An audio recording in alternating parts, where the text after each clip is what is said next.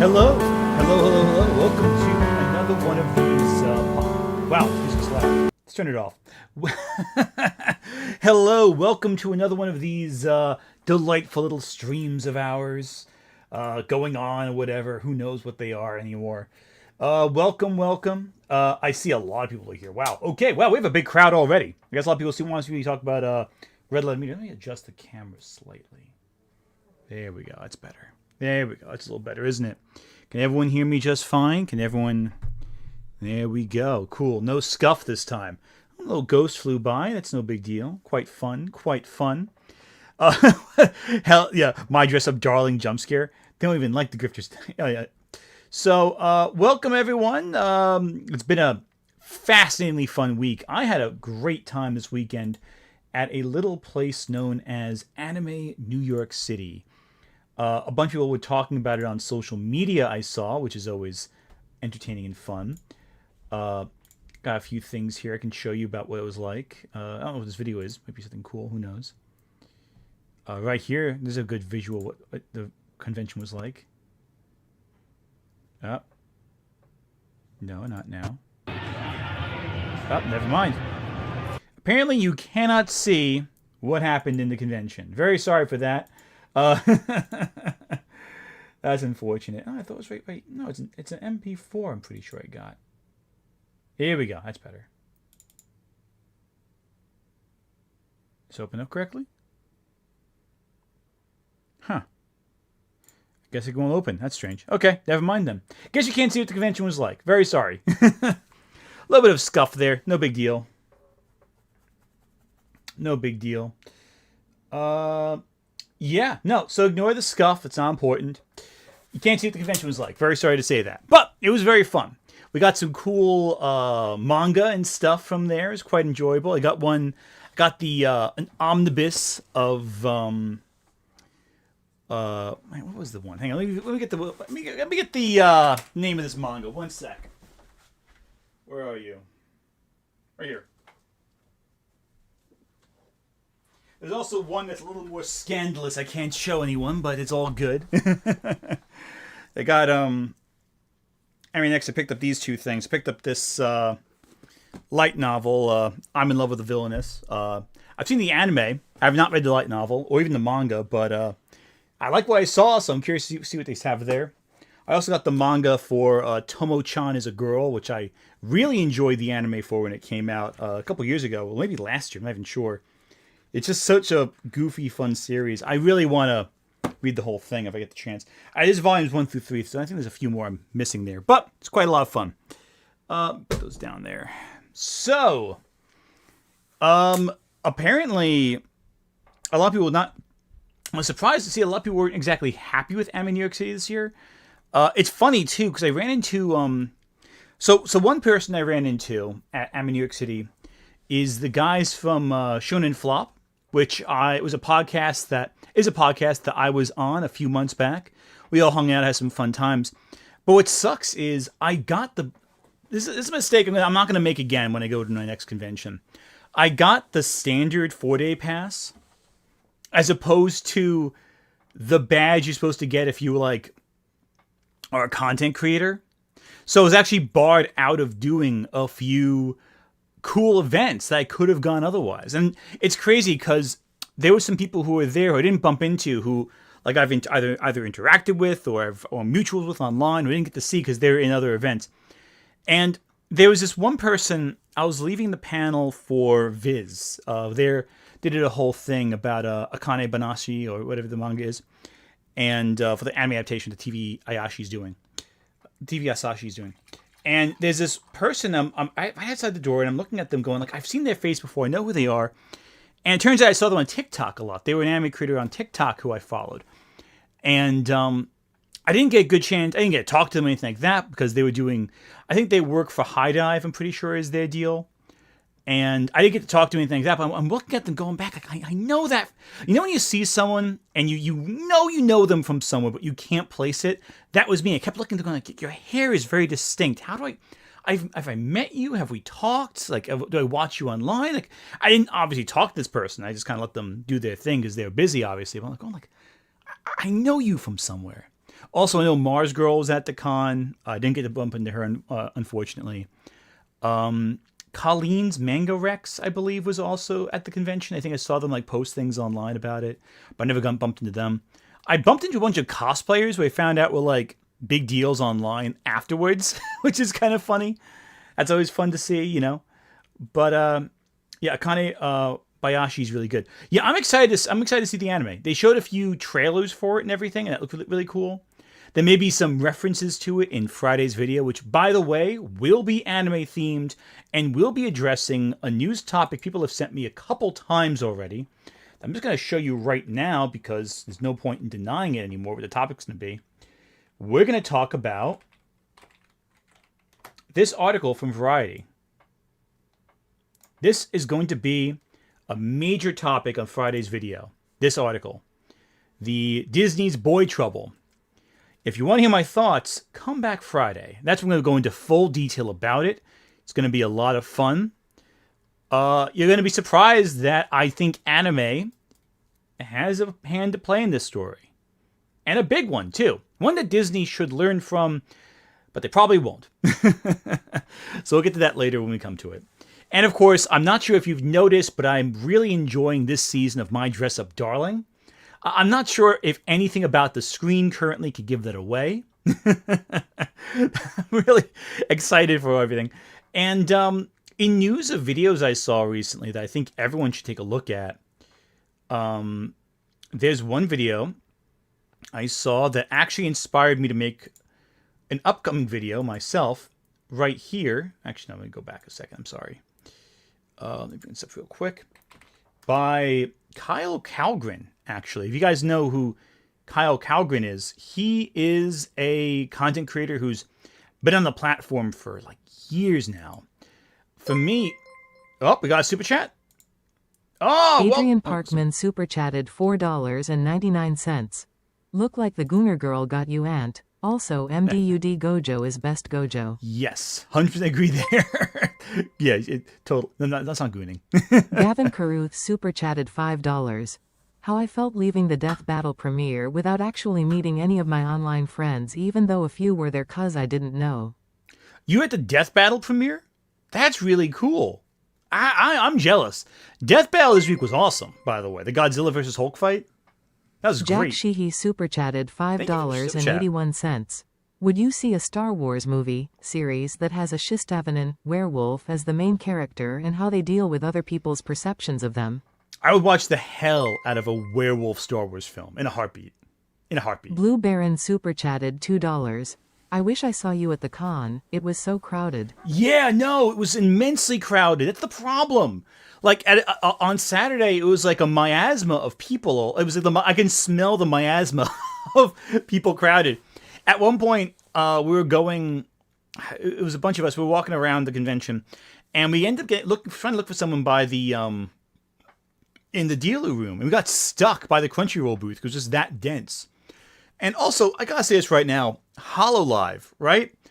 HoloLive has all these concerts going on, but it felt like it was probably pre-recorded, right? A little bit. Oh, we got here. Angels Art and Gaming super chatted $2. Here for a moment because it's my birthday. Everyone in chat, wish Angels Art and Gaming happy birthday right now. Happy birthday. Happy birthday. It's my spouse's birthday tomorrow, actually, which is wild to say. It's pretty cool. Hey, there were tons of costumes, tons of cosplays. A lot of Evangelion cosplay, which is really cool, which I'm always happy about. Some footage from the convention may end up on the in the video on Friday. I'll say that right now.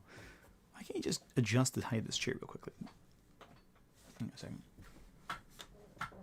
I can't adjust the height of the chair. Well, it's not a big deal. But you know, so it's a lot of fun. Oh, wow. K0METZ super chatted 37 cents. It broke new ground. Yeah. Oh, it is definitely groundbreaking, certainly. No. So I'm gonna click away from Mar in a second here and get to the main appeal of today's. I'm excited for the remake of Metal Gear. Oh, anything Metal Gear I'm excited for. I love Metal Gear. Anything Metal Gear I am down for in a heartbeat. It is exciting and cool for me to do. Also, I know that Comic Drake before was asking me to play Peak. Has anyone played Peak before? I gotta play it now so I can win at it, but I've never played it before in my life. Angels Art and Gaming super chatted $2. I'm going to a con December. I'm gonna be Yero. That's so cool. I love it. I want to go to more conventions. I really do, because I haven't gone to conventions before AnimeNYC in years, since New York Comic Con back in 2019. So it's been ages. So I'm overdue for it. Very overdue. Oh, we got a big super chat coming in. Rafantes Lusadio super chatted $10. Random thought. It would be cool if Marvel lent their IPs to different animation studios. Example, Studio Ghibli's Doctor Strange. See, if I were to say, it's kind of like what they're doing with the game division right now, right? We're getting a lot of really good Marvel games coming out. And I think that if Marvel did it with animation, for like, even like kind of what they do with Star Wars Visions, but for like anime, that'd be fantastic. Years ago, there were a series of Marvel anime that did come out that Madhouse worked on.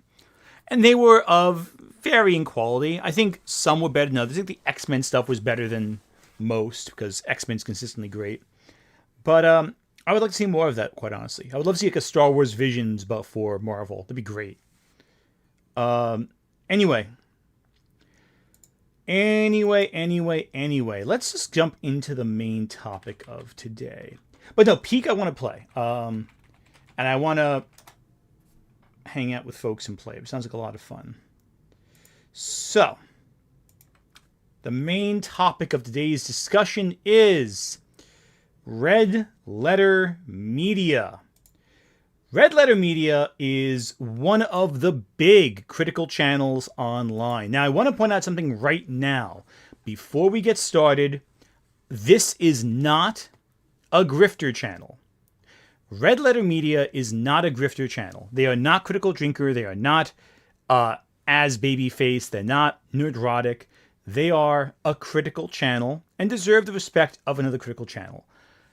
It's like when talking about John Campea, talking about crud. What's his name?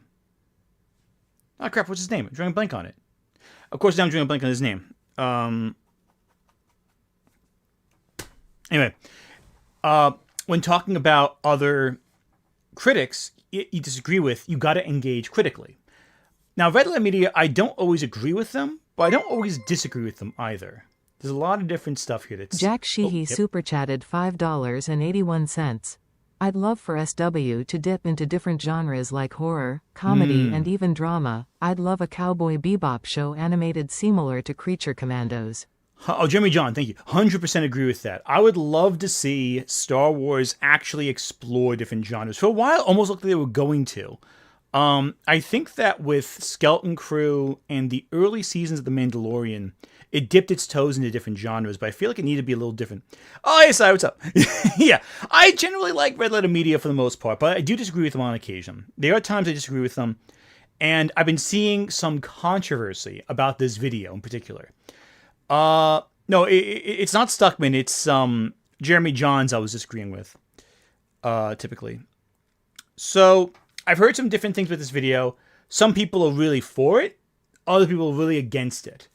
And I don't know for sure where I'm going to stand on it. It's about an hour long. We're going to take a look at it. And we're going to discuss it critically. We're going to analyze it. We're going to dive into it. We're going to engage with it. And there are going to be some things here that I might agree with. Other things I won't. It's just a matter of engaging and discussing the ideas as they come and thinking about it. Oh, yeah. Oh, yeah.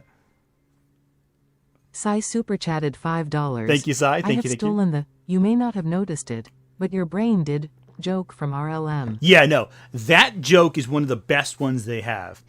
You might not have noticed it, but your brain did. I love that bit. It's a very important bit of critical analysis, too, that indicates how a lot of elements that you pass over just didn't connect. I want to point this out right now. Red Letter Media, as a critical, without Red Letter Media, you would not have my channel. I'll put it to you that way. I think a lot of channels would not exist without Red Letter Media. Yeah, no, so Sai, you missed the last couple of streams. I actually got the setup arranged for everything. I I got Stream Elements in, so I got to fix up a few things. So now I don't have to talk so much. It's fantastic. And I find people enjoy hearing their voice, their messages spoken right back to them by the computer.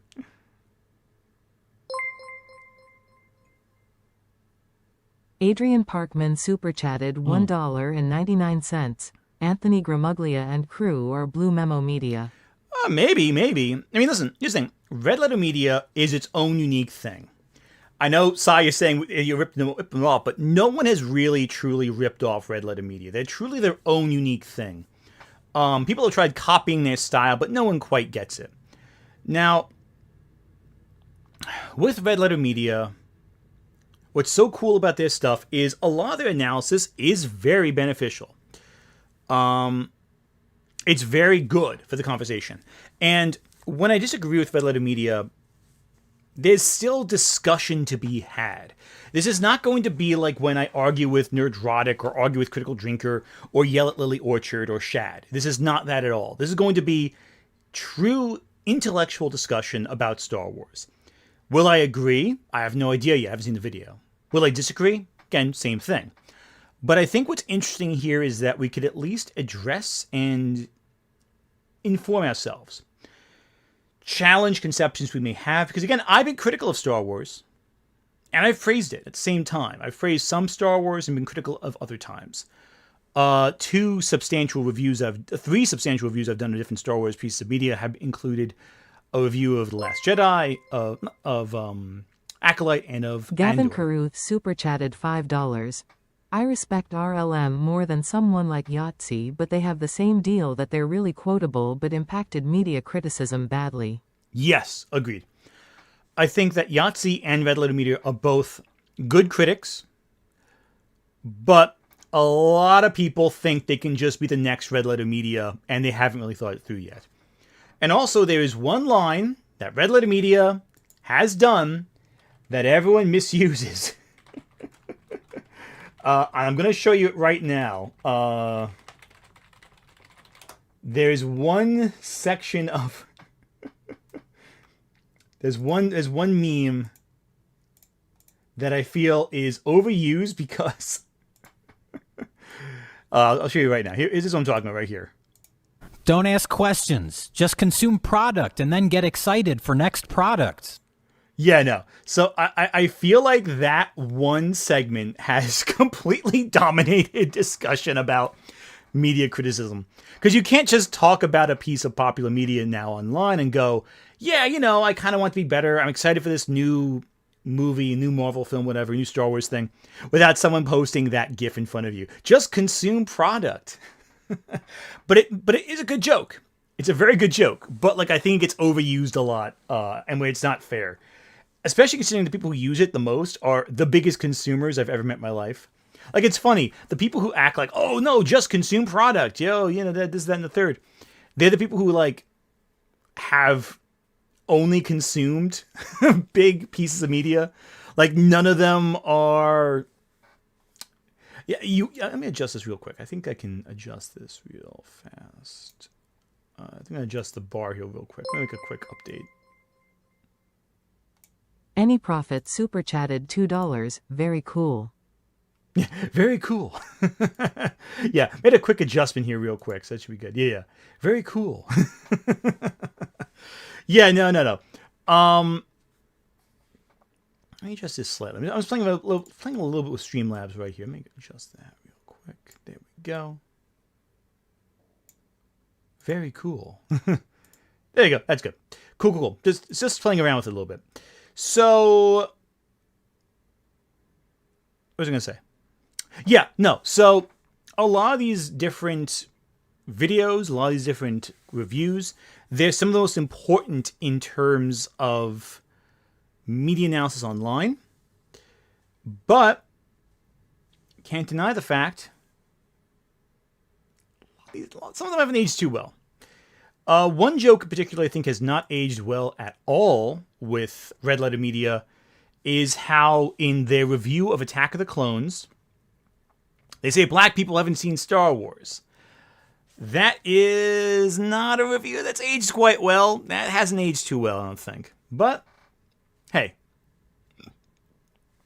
You're online long enough, you're going to say a few things that are really bad.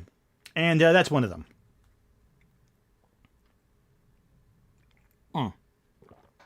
But of course, their character, Mr. Plinkett, is a exaggeration of Mike from RLM Media's perspectives. So I don't want to act like he is necessarily stands by that perspective. They also did platform Max Landis for an uncomfortably long period of time. That is a fair... let me just make... Oh, that's not it. There we go. Right there's good. Cool. They've also platformed Max Landis for an uncomfortably long period of time. Zulius, the Mad Hair super chatted $5. Another thing about RLM I like is that each of the guys involved have different focuses, styles on reviews, Jay on technical stuff for example. Yes, agreed. That's one good thing about them too, that they are able to have a bunch of different disciplines and frames of analysis when looking at film. When looking at a guy like, say, when looking at EFAP, they all tend to have the exact same lens of analysis, which is why they always are so frustrating to watch. It's like hearing the same thing said by 10 smug assholes at the same time. Red Letter Media, though, they're really digging into the film and really picking away at it. Again, I don't think that all of their reviews are things I agree with, but I do respect their integrity as critics. And so when I come into this review, I don't want to act as though... don't expect me to tear into it. Don't expect me to mock them. Don't expect me to, yell no all the time. Expect critical analysis as best we can. And I hope that you engage with it, too, in that same manner. Entirely. Oh, yep. Sai super chatted $5. The Landis thing sucks cause Rich Evans losing his mind describing a Neil Breen movie in the Landis guest episode is a classic. Oh, 100%. 100%. It does suck. It does totally suck. And you're right. Again, and the fact that Max Landis won some of the best episodes of, Best of the Worst is, frustrating. Anyway, so, again, because Neil Breen. Neil Breen is fascinating. Anyway, let's just jump right into it, shall we? I mean, we've been dawdling around a little bit already, so let's just dive right in. And when we're done, we're gonna definitely do some pause andying. It is a hour-long review, so plenty a lot of points of pause andying. And when we're done, I'm not going to end stream immediately. We're going to talk a bit, but I think we'll find some other elements that kind of compare it to as well. They'll give a sense of other videos to give a sense of comparison between this and something else, or more Red Letter Media. We'll figure it out from there. But let's just dive in right now.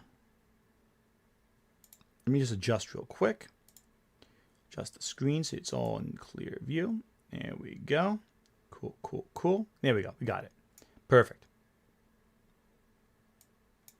All right, everyone, ready? Let's dive in. Hello, it's me, Mr. Plinkett. Star Wars has been around for nearly 50 years now, and I'm finally coming to the conclusion that I'm not quite sure what it is anymore, or if I even care. It's a weird, ubiquitous cultural thing that has no border. Let me get some subtitles on, because I'm realizing now that his voice is might be hard for people to understand if they have hearing issues. Let's take a look. There's no exact shape and no manners. It appears in all forms and products. Yep. Wit super chatted $5. Tangential. Are we at the point where we can admit Landis's vid about Death of Superman was bad actually? Everything that Landis did was bad actually. There's nothing good he did. Thomas93 super chatted $5. I'd also recommend Neryl's videos The Last Jedi and Rise of Skywalker, if you haven't watched those already. Neryl's videos? I don't think I've seen Neryl's videos on that, actually. So I might be down for that. Or maybe I haven't forgot I did see it, but we'll find out soon enough. Mike is the voice of Plinkett in videos, but Rich Evans plays the live-action version on set. Fun fact. Yeah, so Rich Evans is the in-person Plinkett, but of course, when you have Mike there, you hear his voice like that. That's Plinkett, isn't it? And again, it is hard to decipher where Plinkett ends and Mike begins, but, we'll figure it out from there. But yeah, so far I don't disagree. Star Wars has become a nebulous idea, and it's not entirely Disney's fault. It was becoming this before Disney bought it too. Disney definitely didn't help matters, no. But I'd be lying if I said that Star Wars for a while hasn't kind of been this nebulous, highly marketable, highly, merchandisable concept for some time. And how do you really square that away? How do you really look at that objectively? Do you look at it as a film series, as a trilogy of trilogies, as a cultural phenomenon, or as a brand IP like Garfield? Like, how do you look at it? It's kind of hard to say, but I think it is fair to say that it is no longer simply confined to a set of movies. But we'll keep going and see what we go with this. I think he's probably going to go into, like, kind of talking about whether or not you should hold on to Star Wars like it is this standalone film. It is a corporate object, but it has been for a while. And people who act like Disney just turned Star Wars into a corporate product, you have not been paying attention for when George Lucas had it too. It's always been corporate. You're just noticing it now because it's a different type of corporate. It has invaded our holidays, our homes. Hey, honey, you want to watch Star Wars with me? Yeah. Our personal lives. And I hear that you also had a bit of a Star Wars wedding. We did have a Star Wars wedding. That's Star Wars bodies. And our collective mental health. I'm excited for Star Wars! I can't seem to read the room anymore, and it's fueled by endless greed and desperate branding and rebranding. It is the ever-changing face of evil. Look what you have made. And when I think... Yeah, no. And again, it is kind of everywhere. Except on the gravestones of children. They haven't gotten to that yet. Do you remember the story with the kid it was a young kid who passed away tragically, and the parents, the kid was a huge Spider-Man fan, and the parents wanted to put Spider-Man stickers or some Spider-Man memorabilia on the tombstone, and Disney said no, you weren't allowed. Couldn't do it. Couldn't grant this young dead child his last request. No, it was just, so Disney's always always something. And again, it has changed, it has invaded, but again, I think the thing is that we have to accept is most of legacy franchise media has kind of taken this form where it's like all over the place. And it is ubiquitous. We have furniture now. When I was at the AnimeNYC City, they had all of these. They had a Star Wars booth in the exhibition room. They had a big salespeople where they're reselling old Star Wars, lightsaber products. And these lightsabers are all different forms, different handles, hilts, all this cool stuff. And I kept thinking, like, wow, we're really trying to market the idea of lightsabers. Where we aren't saying it's literally lightsabers, but it's almost lightsabers. Like, you know what it is, but it's not quite lightsabers. They were, if you're talking about anime, very famously, there's a famous video by Gynax, which might get me copyright struck if I show it right now, but Daikon 4. It was Daikon 4. That's what it was. Let me just mute the volume because I'm gonna mute the volume for this because last time I played it on a video, it actually got me copyright struck. So I'm gonna just show the little bit right here. That's the super chat coming in. David Deister super chatted $25. Is it too late to say that everything Disney owns or does since Bob Iger took over is nothing but a zombie on crack and we should invade them and hold the people hostage? I'm sorry, what? I'm sorry, what? What are you talking about, man? I love that. Yeah, that's fantastic. But also crazy. I love it. But yeah, no, Daikon 4 had a Star Wars fight scene in it, a lightsaber duel. And that was in the era of... as Star Wars original trilogy was airing, that was back then. So if we have that going on that far back, what's to say we can't have some corporate Star Wars today? It's always been corporate. It's always been all over the place. And that was the opening of an anime convention, Daikon convention. And that was Gainax. That was back with Hideki Anno and all those guys before they did Gunbuster and before they did Evangelion, before they did Nadia the Blue Water. All different kinds of stuff. Hey! Congratulations, Muggy, for becoming a member, and thank you, Shark Jumping Walrus, for buying a gift membership. Again, a reminder, if you want to join our exclusive Discord, you can buy a membership whenever you want, and I'll have the link to our Discord in the community pages of my channel after this. So, let's just jump right into it. Thing is everywhere and omnipresent. It has the danger of also being nothing at the same time. Star Wars used to be simple and fun. It was about Luke, Han, and Leia having adventures fighting the Empire. Alongside them was a cast of colorful and heroic, likable characters, as well as great and memorable villains, too. Watching the films, we laughed, we cried, and we were enthralled by the adventure and amazing groundbreaking visual effects. Are you old enough to remember a time when people used to say, "You should see that movie, it has amazing special effects"? Now amazing special effects are a prerequisite. Now people... Yeah, no, special effects have been kinda... I think he's a little too cynical about it. When there's good effects, they're really compelling. But we've gotten to the point where special effects are so ubiquitous, where I believe that lesser effects are sometimes more impressive. Mad God had some good effects, too. Cassie Hosh super chatted 92 cents. Star Wars is a capitalist corporation now? Always has been globe person rocket, gun person rocket? Exactly. That's what it is. That's the thing I think is kind of a little ridiculous so far. It's like okay, yeah, it was originally a trilogy of films. It was a great trilogy of films that people got pissy about in magazines and zines back in the day. But it was always a corporate work. And Star Wars pushed the ground for special effects. Everyone has copied Star Wars effects-driven storytelling.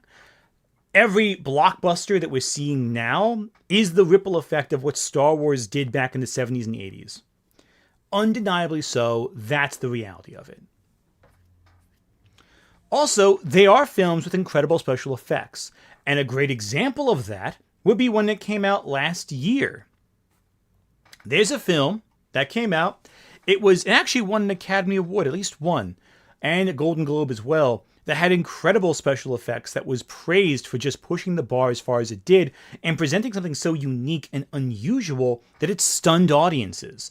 That it was such a big hit, it even couldn't be ignored by the Academy Awards. Does anyone know what movie I'm talking about? Can anyone guess what I'm talking about? I'm thinking of the incredible special effects of a film last year that stunned audiences, all using like state-of-the-art practical effects for some incredible visuals that you couldn't even believe. I saw someone in chat has guessed it. It is The Substance. I am, of course, talking about The Substance. Yeah, The Substance had some of the greatest special effects I've seen in a very long time. And it was lower budget than Star Wars. It was lower budget than Fantastic Four, lower budget than Jurassic World Rebirth. Substance was incredible. The effects in that movie, if you ever look at how they did the effects in The Substance, it's incredible. They used all practical effects and used camera trickery to make it look like, there's a scene in the movie where, not to get too graphic, but Demi Moore's back splits open so her younger self could come out of her, and it was entirely done with practical effects, and it was done in a way you wouldn't expect it. I was like watching they did it was incredible. Nick Wolf super chatted $1.99. Nice, thank you. Dick Grayson, even my cape has special effects. Seriously, yeah. And some TV shows copied Star Wars, like Battlestar Galactica, the reason why we don't think that Star Wars has, the reason why great effects has become a standard in blockbuster cinema is simply because that's now what we've been doing, I think it's a combination of Star Wars and later the original Jurassic Park and Terminator as well that really pushed the boundary that far.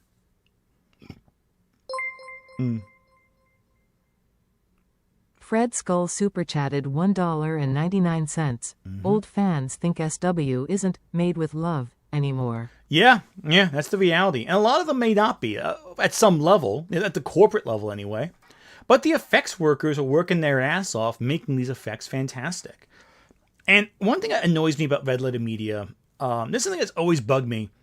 They treat special effects in the computer that were made digitally like it's not real artistry. That it's only in-camera artistry that really matters. And that, I think, is really underestimating the talent it takes for digital effects. Because when you see bad digital effects, you can tell. The best digital effects blend very well with the rest of the shot. I think that, for example, Fantastic Four recently had some really good visual effects. I think that the Silver Surfer and Galactus looked fantastic. Superman had great visual effects.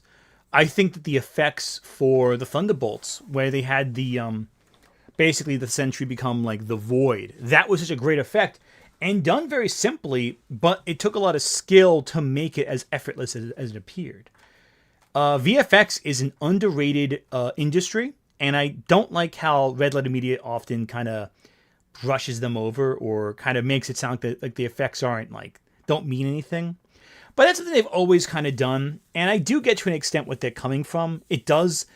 There is a school of thought that I often subscribe to that says that practical effects do look better, that in-camera effects look better when possible. And I agree with that in many cases. But that's not to say that special effects in a computer don't have merit or don't have a lot of skill involved or don't mean anything either. There's a lot to it, I think. Anyway, back to this. People complain that the CGI looked bad, or they say Sonic the Hedgehog's eyes aren't exactly the way I want them to be, so redo it. Boy, oh boy, things have really changed in the last 50 years. Heck, things have changed in the last 10 years. So let's get into it. Number 1, what is a Star Wars? What is a Star Wars? Or rather, what is this video about? I figured it was about time to revisit the Star Wars for a bit since so much has happened. And especially after 2 critical and important turning points, the Acolyte and Andor. Yeah. Now I've been watching... Yeah, Andor and the Acolyte do feel like turning points. It's worth mentioning that. Fred Skull super chatted $1.99. I think SW is still made with love, by the way. I think some of it is. I don't know if all of it is. I think that some Star Wars is made with artistry and care and attention to detail and just beloved attention. I think other parts of it, though, aren't. But again, I also think that some people treat it with love and some don't. I think it's tough to say because some parts of it I feel like you can tell even in the products that the shows that don't work, there are people there who are excited and so upset, so Wit intensely super chatted interested. $10. Oh, sorry. The Substance used digital effects as well. Yes. Everyone should watch the movie Rabbit Holes, No CGI is Just Invisible CGI, video series to get a full picture of what the artistry of modern VFX is like. 100% agree. There are a lot of cases where you can't even tell there's visual effects being done. Like, for example, there was a behind-the-scenes video for the Fantastic Four recently, where you realized they were CGI effects for Sue Storm's hair in one scene, and that was because it's supposed to look weightless in space, but no one noticed it. It looked so natural and woven in. No one knew it was digital. A lot of effects in Marvel films, for example, everyone points to the effects that are obvious, especially the ones made during the pandemic. But there's a lot of effects that still you don't notice are digital effects. It goes over your eyes. You can't even pick up on it. The Acolyte, I think, is a product of love. I think that is a labor of love. It's a flawed show, but I think they cared. I think Skeleton Crew is a product of love. I don't know if necessarily Book of Boba Fett is, but I know that the actors cared a lot. Some of them did.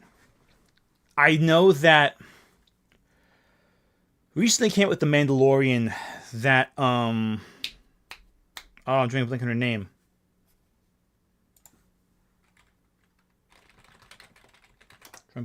It was What's her name? Of course, I'm drawing a blank on her name. What is her name? What is her? Oh, Katie Sackhoff. Katie Sackhoff was completely confused what she was doing while making The Mandalorian, and to the extent that she had to go back to like an acting coach to kind of, because she thought she had lost touch with what it meant to be an actor. It really threw her off. Katie Sackhoff, yeah. It really threw her off. And Katie Sackhoff's a great actress. She was great in Battlestar Galactica, but she just didn't, she felt like she didn't know where the character was going. She felt like she couldn't connect with the character.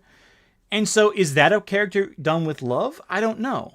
I think it's done with the passion of acting and the craft, but I think she was just very disconnected from what her character was doing, and she did a good job, but that's a job. It's not a...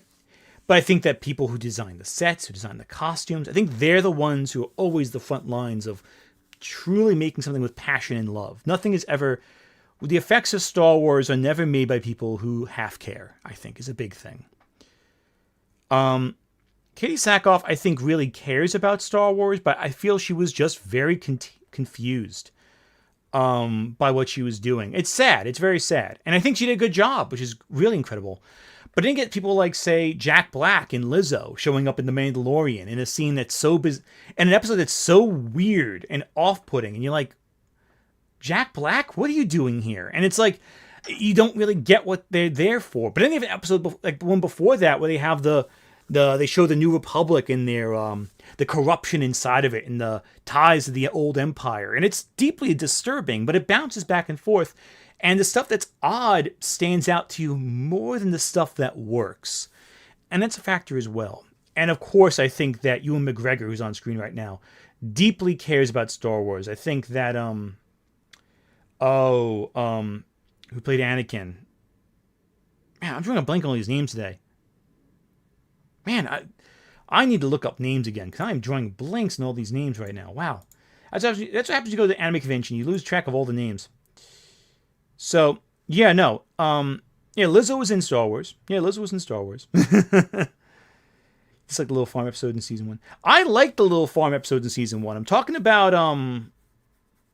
there's a few things. Right? Hayden Christensen. I'm so sorry. Hayden Christensen, I drew a blank on his name. That's how you know you've been working too long. We start forgetting Hayden Christensen's name. But yeah, Hayden Christensen, you can tell he deeply loves playing Anakin Skywalker. Even in episode 2 and 3, where, it's messy, it's sloppy, you can tell there's a lot of passion put into that.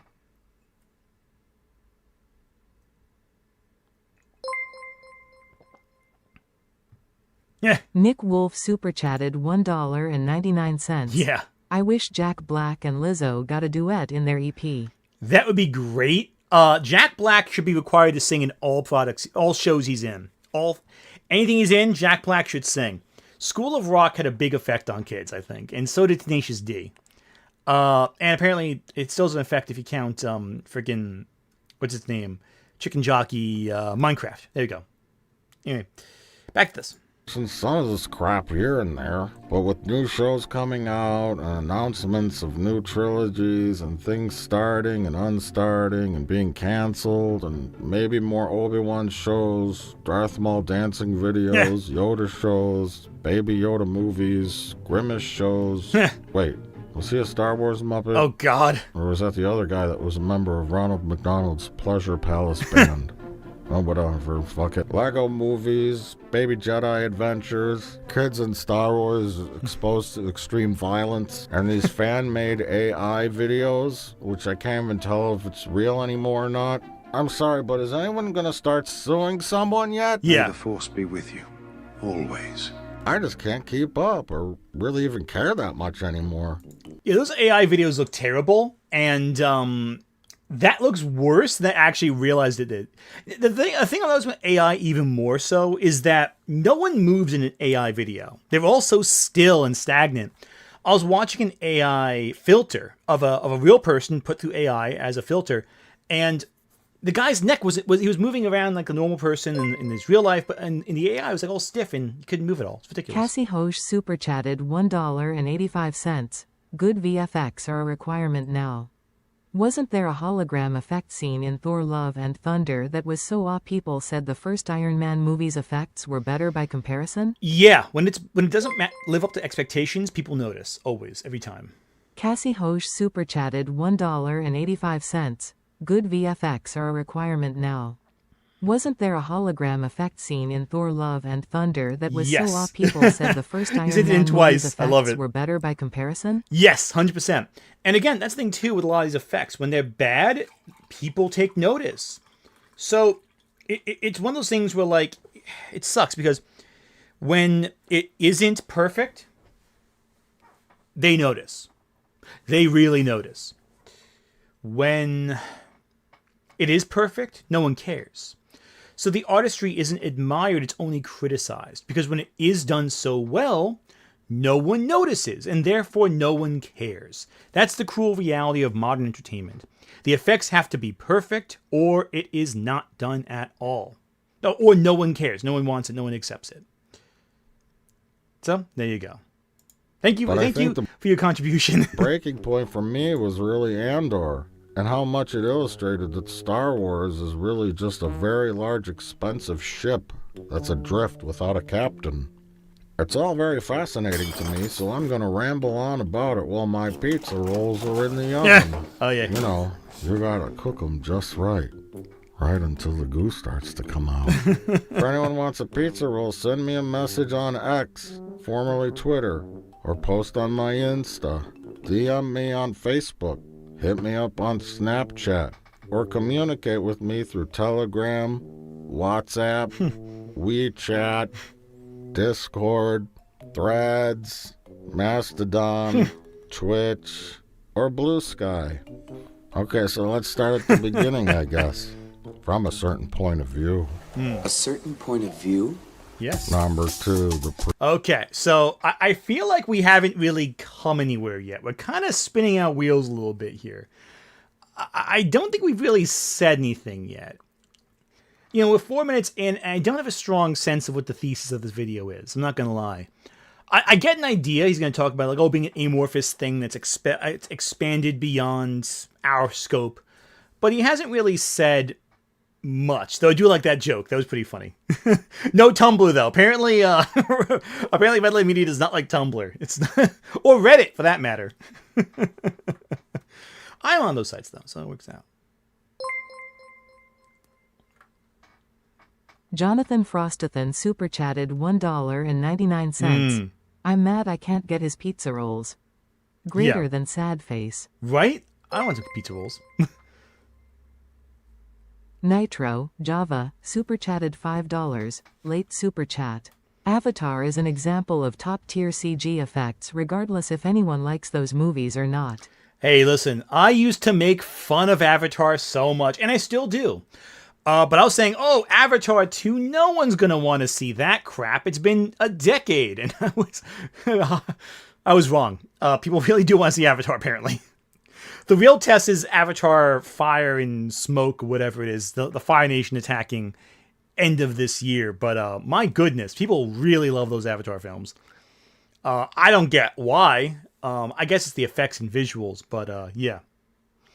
And when are you going to mail his pizza rolls? I got to mail you all pizza rolls. I'm sorry. I just can't get them out. I'm going to get them all nice and gooey and hot. I can't do a Plinkett impersonation. I'm not going to even try. Prequel era. Your move. The mindset now with this new generation of young people, I guess in their 20s and 30s, that grew up with the prequels is that the movies were somehow misunderstood or being reevaluated. Because motherfuckers were in theaters witnessing this peak-ass fight. Like, literally the coolest lightsaber combat we have ever gotten at that point in As time. much as we love the original trilogy lightsaber fights, the duels in the prequels were much better. They're more action-packed, better choreographed, and all around better. Okay, hot take. I think most of the fights in the prequels kind of suck. I know, hot take. I think you got 2 good fights, and everything is flashy. That's it. It's all flash and no substance, a lot of it. It's a lot of technical style that goes on and on and on and on and on. But only one of the fights is any good, and that's the Darth Maul fight with Qui-Gon and Obi-Wan. I think I actually really, as I gotten older, I dislike the final fight from Revenge of the Sith more and more and more. Because it's just vapid, you know? It goes on for so long and you're like, okay, come on, get to it. Let's do it. And, you know, there's a point in the fight that I feel like peaks in my interest. And that's when they're still, you know, the first few exchanges are cool. When they're doing the Force push against each other, it's really cool. But it's when they leave the building on Mustafar that it starts getting ridiculous. And Jonathan it starts swinging back and Frostithan forth. super chatted $4.99. Actually, screw pizza rolls. Gimme a real pizza pie with spinach, pineapple, and mushroom, please. I like 2 of the 3 of those. I'll give you that. Knock off the pineapple and I'm down for that. But yeah, no. I think that when you start getting into Obi-Wan and Anakin climbing up the side of a wall and swinging each other and like going like all Tarzan mode against each other, it gets stupid. Like the fight really should have ended like on the building crumbles and they have to escape off the lava or something like that. And as they're escaping, Obi-Wan does the, oh, I have the high ground and slices Anakin's limbs off. That should have been it. It should have been nice and focused. I think fights that go on for like 20 minutes, 15 minutes, it's like, come on, just wrap it up. Because there's no dynamic change. At no point does the fight change dynamic. With Obi-Wan versus Darth Maul, there's a dynamic change. You know, you have Qui-Gon and you have Obi-Wan fighting, then Qui-Gon and Darth Maul fight. Darth Maul kills Qui-Gon. Obi-Wan comes in. He gets knocked down. There's a dynamic that shifts, so you're always on your toes as to what's happening. With that last fight, it's too boring. Wit super chatted $5. The lightsaber fights at the end of Attack of the Clones are the worst ones in any Star Wars film. Oh yeah, no, they're just bad. Like they're out. The thing with Revenge of the Sith, my criticisms are mainly like, okay, I think the fight could have been improved by being a little tighter, cutting out the extraneous stuff, and it would have been much more effective. But Attack of the Clones, they're just boring. That's the problem. They're just bland and dull. Again, 2 good fights, and one goes on for way too long. I do like how the Anakin versus Obi-Wan fight is paired with the, in my opinion, way more interesting fight between Palpatine and Yoda. I like the fight with Palpatine and Yoda quite a bit. It's not a lightsaber fight. It's more like using the Force. It's being more creative with how they combat each other. And again, the Anakin Obi-Wan fight should have been more creative. Maybe using the lava as a tool or the falling debris as a weapon, you know? K0METZ super chatted 37 cents. Remember Yoda versus Palpatine? I smiley face. I kind of like that fight. I like that one. It's fun. Nick Wolf super chatted $4.99. Linkara said it best. Very few lightsaber fights in the prequel trilogy have a really strong emotional core like the ones in the original trilogy. Linkara is right again. Yeah, the emotional core is more valuable to me, I think. Yeah, I'm with Linkara on that one. Mellow Boy super chatted $9.66. The director of a movie show is also a factor. Tony Gilroy clearly has passion and caresome for Star Wars. Whereas, for example, Michael Bay does nor actually care about franchises he adapts. Yeah, agreed. Zulius, the Mad Hair super chatted $2. This is gonna be a 8-hour VOD, isn't it? Maybe.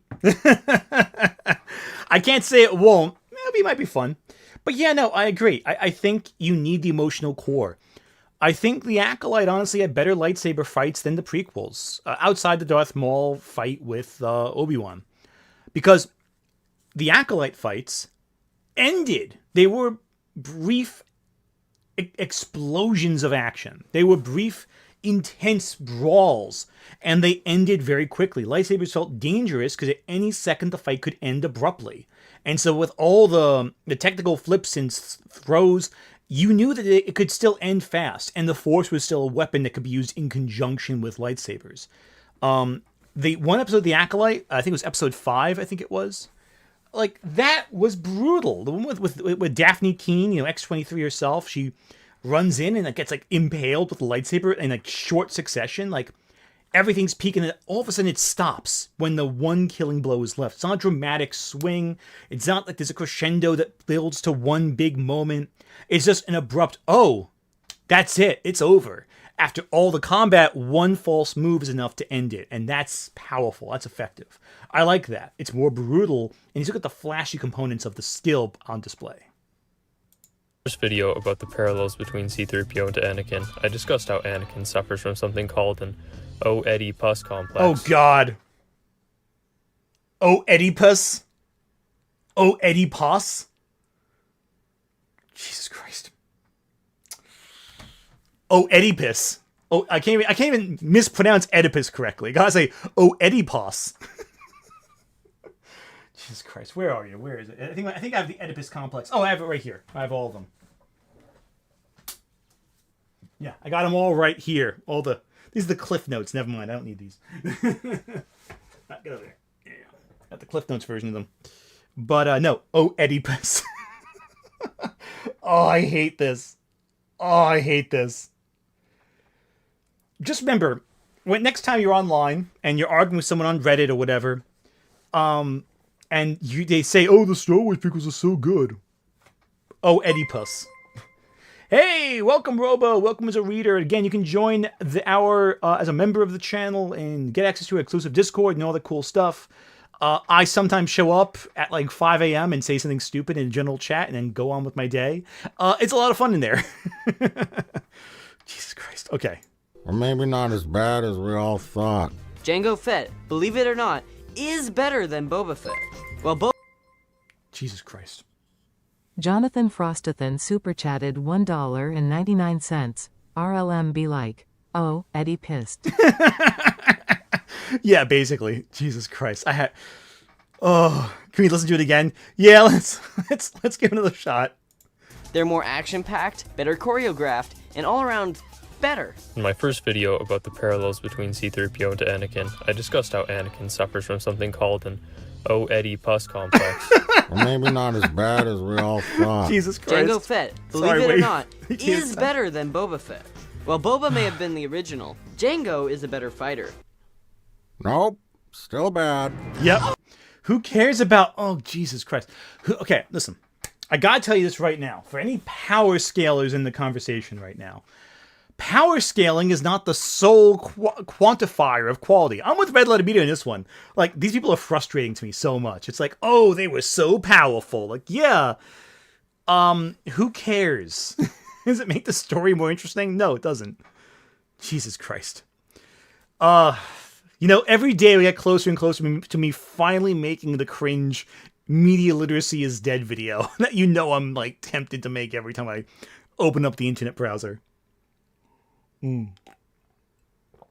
That's odd. It didn't come through. That's odd. It didn't come through the huh. Okay, I guess it must be Natboy129, for whatever reason you think didn't come through the super chat. The Force Awakens Starkiller fight is actually the best, though. Agreed. That Starkiller fight is fantastic. For whatever reason your chat didn't come through. Let me try resetting. Yeah. Okay. Interesting. That's odd. Yeah, that's weird. Why didn't it? Yeah, that's odd. Okay. Anyway, let's keep going. Cool. That's strange. Okay, no big deal. You overdid it. Anywho, what was I saying? Oh, yeah. This generation, millennials or Zoomers or whatever the fuck they're called now, have an entirely different perspective than an old-timer like me. You see, for us elderlies, when the prequels came out, there was only the original trilogy to compare them to. Sure, there were some things in between, like that Ewok adventure movie, whatever, novels, comic books, video games, etc. But most normal people didn't waste their time with that shit. Back in the 80s and 90s, nerds weren't cool. And if you were caught reading a Star Wars book in high school, you got your ass beat. Yeah. To say these films were awkward, badly written, and disappointing is an understatement. Did they do well financially? Yes, of course they did. There we go. It was a giant spectacle. Everyone was very... Now comes super chatted $2.69. A little delayed. TFA Starkiller fight is actually the best, though. Yeah, that's fair. That's fair. A little delayed there. Excited.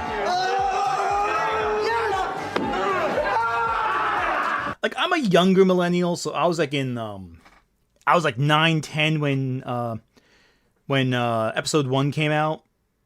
And even then, it wasn't that... Like, I never got it. It just, I don't know. I don't think it was that good, the prequels. I think they were still bad back then. I don't think they're good now. I think Revenge of the Sith is the one that's aged the best. But even then, I'd still put it below, like, most of the other Star Wars films. It's just that the other two were so much worse. Until they weren't. But the films had enough action and visually neat things happening on the screen to satiate audiences.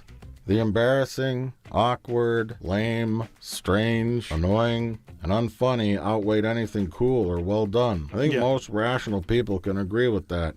Well, I don't know at the time that... There you go. It's working again. Adrian Parkman super chatted $4.99. Idle Scree did a good video talking about lightsaber fight in the Star Wars and praised the Acolyte and one fight in the sequel trilogy too. I'll take a look at that too. There's a lot of recommendations coming in. That sounds really cool, actually. Mellow Boy super chatted $3.61. People who defend the prequels also love to excuse the dialogue, saying, "You don't understand Lucas's intention." The average movie watcher does not care. Let me tell you something about artistic intention. Because it's important to note it, because obviously we're critics. I'm a critic. I want to take into account artistic intention whenever possible. But at the end of the day, artistic intention is not the most valuable component of storytelling, okay? Artistic intention is important to an extent, but what you take away from it is just as important, you know? At a certain point, there's a line in the sand you have to draw, you know? The Wave Runners super chatted $2. Prequel nostalgia is Clone Wars and other spin-offs. Yeah, no, Clone Wars is good. I think Clone Wars is really good. I think there are elements of Clone Wars that don't age all that well. I think it is a little confusing. I'm going to bring up something in my video that's important too, like how so many shows and pieces of work are called The Clone Wars. So if you're like a new guy coming in, it might be a little confusing. But I think the Clone Wars cartoon is more responsible for the prequels having a good reputation than the movies are. But I agree. And Wave Runner is still very confident. I mean, I was making a Sebulba joke because they still chased me after Sebulba and all that in the last in the one video I did. But anyway, back to this. Something was wrong, but couldn't quite say what. George had grand ideas about telling a very different type of Star Wars trilogy story, which is admirable. But I think he lacked the skills in the writing department to handle such material, as well as being able to resist his worst impulses. Yeah. Plus, he hated directing actors. Yep. George doesn't like directing. Rafantes Lusadio super chatted $10. They should do a Star Wars TV show based on SW, Galaxy of Terror book series. I would like that. I think we need more dark Star Wars stuff, honestly. I want to see a good, disturbing Star Wars thing. Yes, R.I.P. Sebulba. Everyone in chat, press F to pay respects to Sebulba, who absolutely died in that pod race against Anakin. Completely, 100%, definitely died. Fully, for sure. He died. No joke about it. Anyway. But yeah, no, 100%. I think that I want to see more dark stuff in Star Wars. I would like to see a Star Wars horror story, frankly. I think they could do that. Yeah, everyone in chat, press F to pay respects for Sebulba, who definitely died. He's not. There we go. Yeah, that's what I'm talking about. Chat, that's what I'm talking about.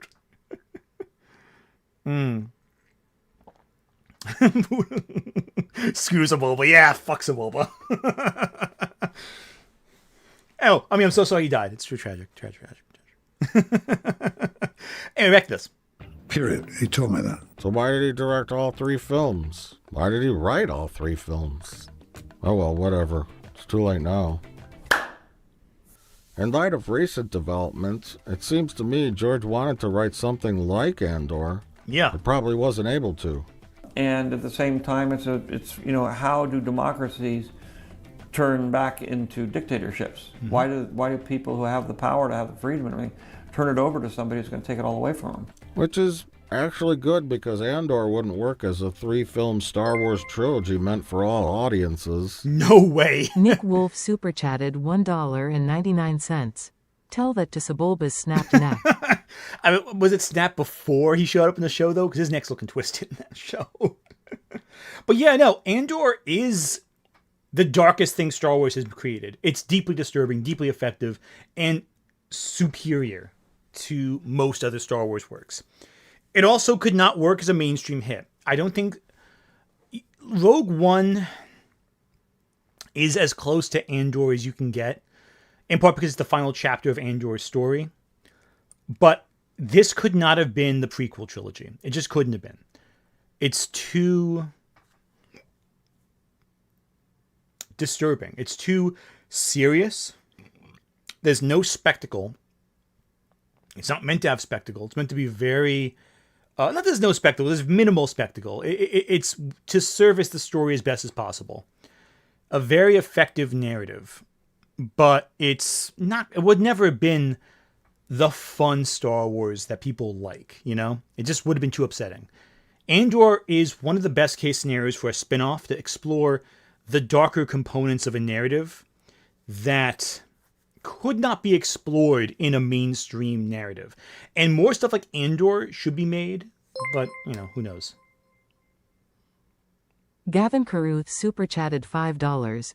You ever notice how people who ride or die Lucas and say he had excellent directing never point out he hated directing #nudicing? Exactly. Like there's that whole documentary thing that Plinkett begins to show about how George Lucas admitted he didn't like directing actors. He liked editing. He liked the effects work. He did not like human beings in roles. Wit super chatted $5.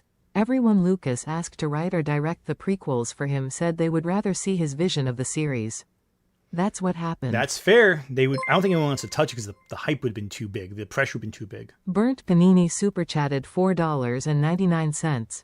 The Clone Wars show was my introduction to Star Wars, and I can't describe to you the frown I had when finally watching the prequels. Yeah, no, the Star Wars, the prequels, like I said, the prequels. The Clone Wars cartoon is actually pretty good. It's the movies that suck in the prequel era anyway. I don't like Attack of the Clones at all. But yeah, no, but they work as spin-offs. The Star Wars is better as a serialized story, I think. Anyway, back to this. It would not work. At all. Yeah. The original trilogy balanced the more serious elements of the bad guy's plans and actions with levity and things kids can enjoy without going too far in either direction. Yep, that's true. Terminal Sanity super chatted $5. The Clone Wars shorts version of Grievous leaves so much more of an impression than Lucas's ass. Yeah, 100%. Grievous is... Oh, this Clone Wars shorts. Oh, God, yeah. But vastly more. But again, that's also minimalism in storytelling. They knew not to show too much. And that worked for the Clone Wars short series, which is such a great little bite-sized piece of Star Wars. Hyper-stylized, focused on the flow and momentum of a scene, rather than necessarily making a compelling story. But it's also not a theatrical film that has to make its budget back. It's a small experimental project, which works there, I think. Well, smaller, more experimental, I should say. Genndy Tartakovsky is fantastic. Anyway. So what is the secret ingredient that makes Star Wars truly work? Is it taking the subject matter really, really seriously? Is it purely fan service and action-oriented stuff? AKA Star Wars porn? A lighthearted approach? Taking new and weird risks? I don't know. Let's discuss further. Yeah. But first... let's eat. Pizza rolls are in. Hi, Harry. It's George Lucas, creator of the Star Wars saga. Listen, I heard you're talking about Star Wars again. You know, just Misa getting, you know, kind of. Is that Rich? That might be. I know someone said they said they thought they heard AI in this. That sounds like Rich because he's done he's done the Lucas impersonation before. I think that might not be. I don't think that's AI. I think that's supposed to be Rich from Red Letter Media, I think. Because he can do that impersonation pretty well. It is AI George Lucas? That can't be AI George Lucas. Is it AI? I don't know. Because I'm pretty sure it's an impersonation. Yeah, I think it might be Rich Evans. Yeah, it's Rich Evans. Yeah, it's not AI, guys. Yeah, I'm pretty sure it's Rich Evans, not AI. Okay, cool. Because I heard there was AI in this, and I don't think they're really going to do the AI thing. So I think it might be Rich Evans. Yeah, that sounds like Rich Evans. Let me hear more of it. Pissed off Misa kind of irritated. It's a voice actor, Josh Robert Thompson. Okay, yeah, so it's not AI. We're good. Because I think Red Letter Media can afford to hire an actor. I don't think it's AI. You about this. I told you, keep Star Wars out of your filthy mouth, but you didn't listen. So I'm going to give you just one more chance here to just take the video down and just don't move forward with this project, or else I'll be forced to do a force chokehold on you or something. No, but seriously, I will take you for everything you've got, which I know is probably meager at best, but I just I'll do it. I'll do it. This is me worked up. You hear how angry I'm getting, Harry? The mailbox is full and cannot accept any messages at this time. Goodbye. Okay, good. So it's not AI, it's a real person. We're good with that.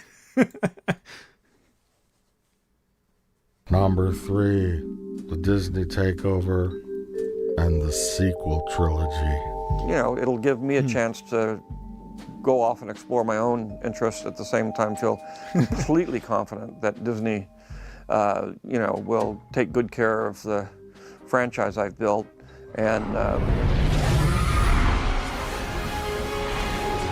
this will be the Don't part worry, most interested kids. in hearing. I'm not done talking about the prequels, but this next part is important.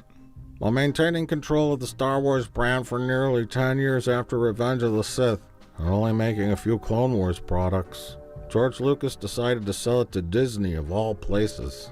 It's ironic, isn't it? Lucas was a man who was always the maverick.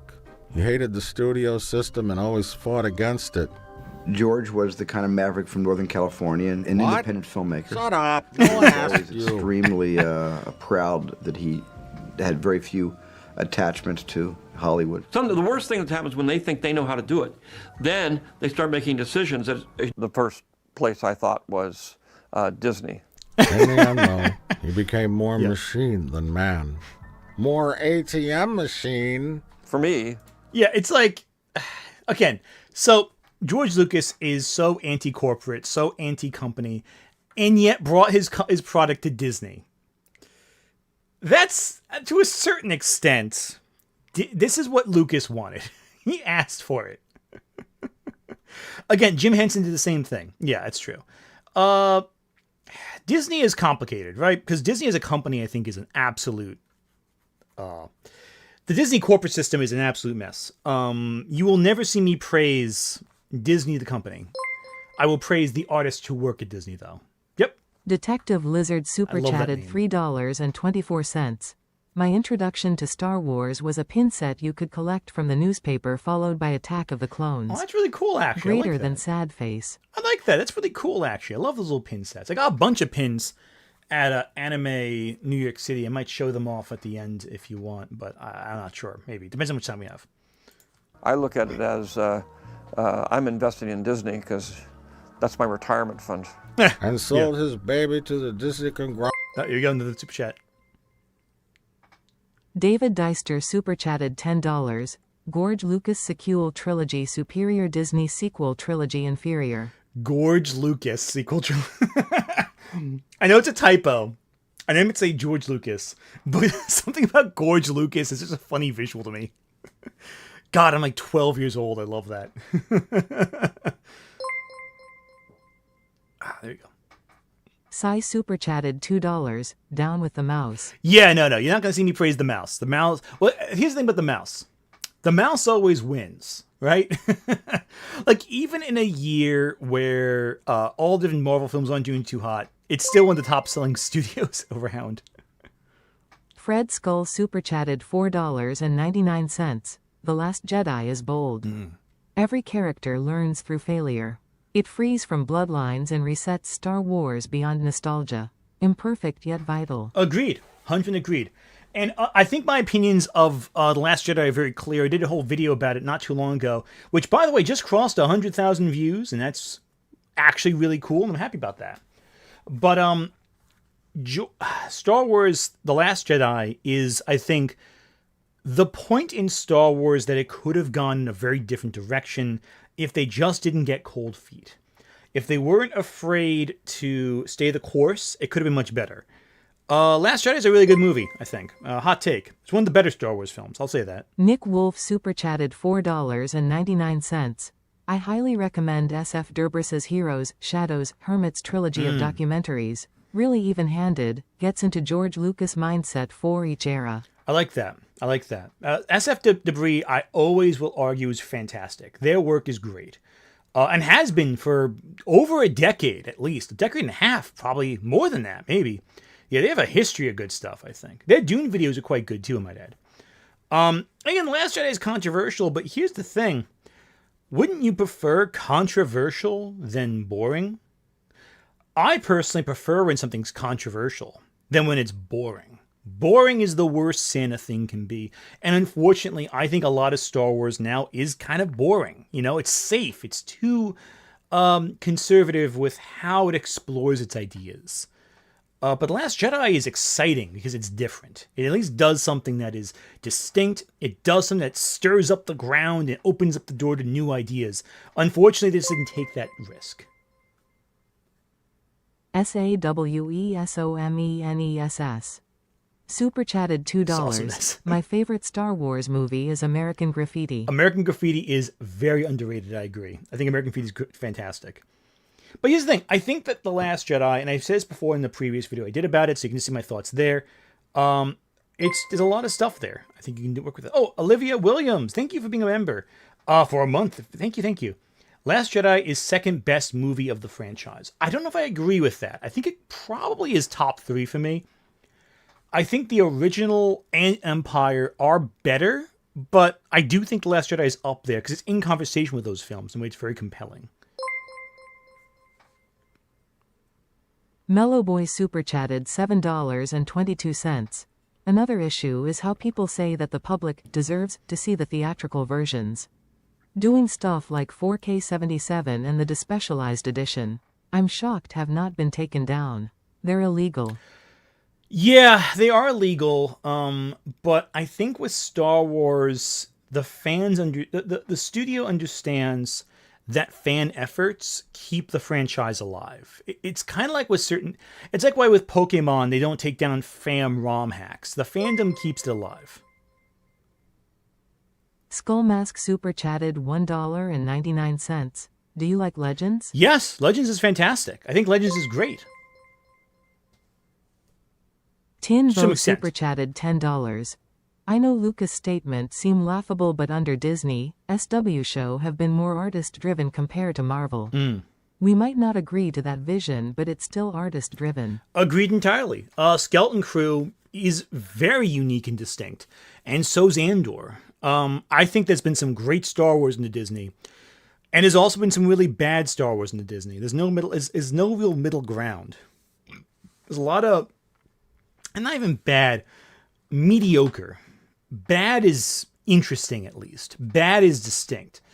Mediocre is unremarkable. And that's the problem with a lot of it. A lot of it's mediocre. But the stuff that's really good is really good. So, I digress. ROM order it for buck. Nintendo does take down ROM hacks. Nintendo takes down ROM hacks, but not so much Pokemon ROM hacks. They take down other ROM hacks more. A lot of Pokemon ROM hacks are still open.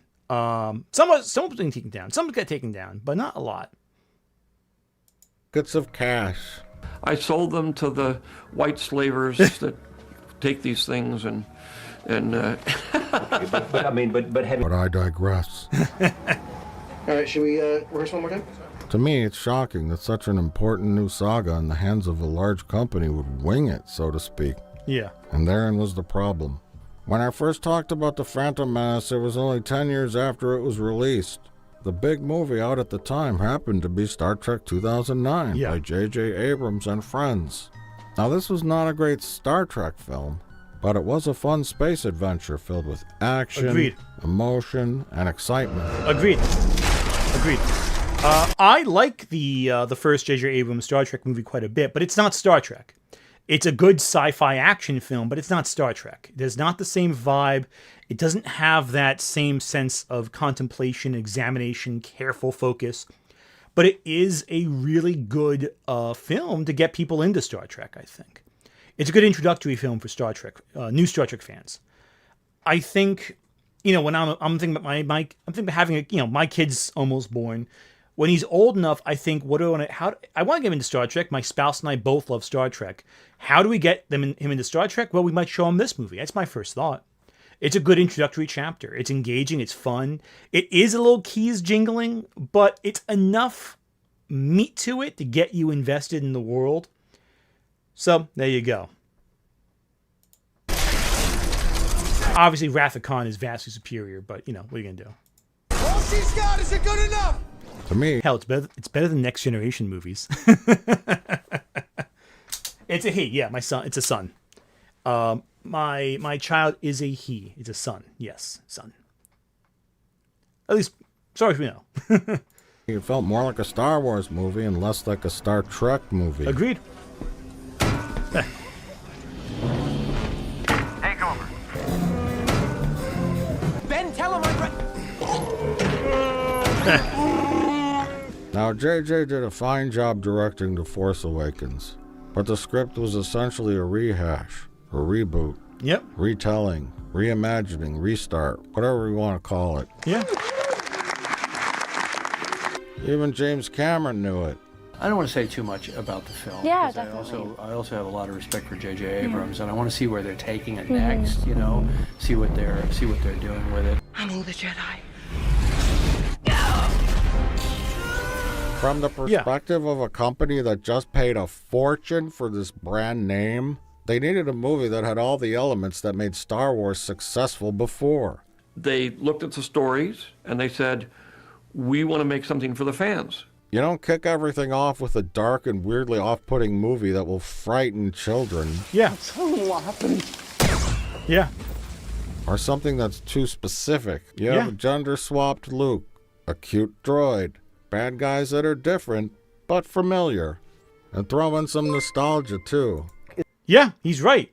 He's totally right. Timbo super chatted $10. Fun fact.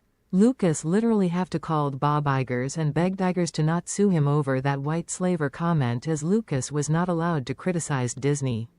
This is from Iger autobiography. I can see that. I can see Lucas saying something like that. Lucas, I feel, talks without realizing things all the way through sometimes. That's fair. And you know what? That's okay. That's okay. I think it worked out. Begged him not to sue him. Yeah, I get that. I get that. But yeah, no, listen, he's right. He's totally right.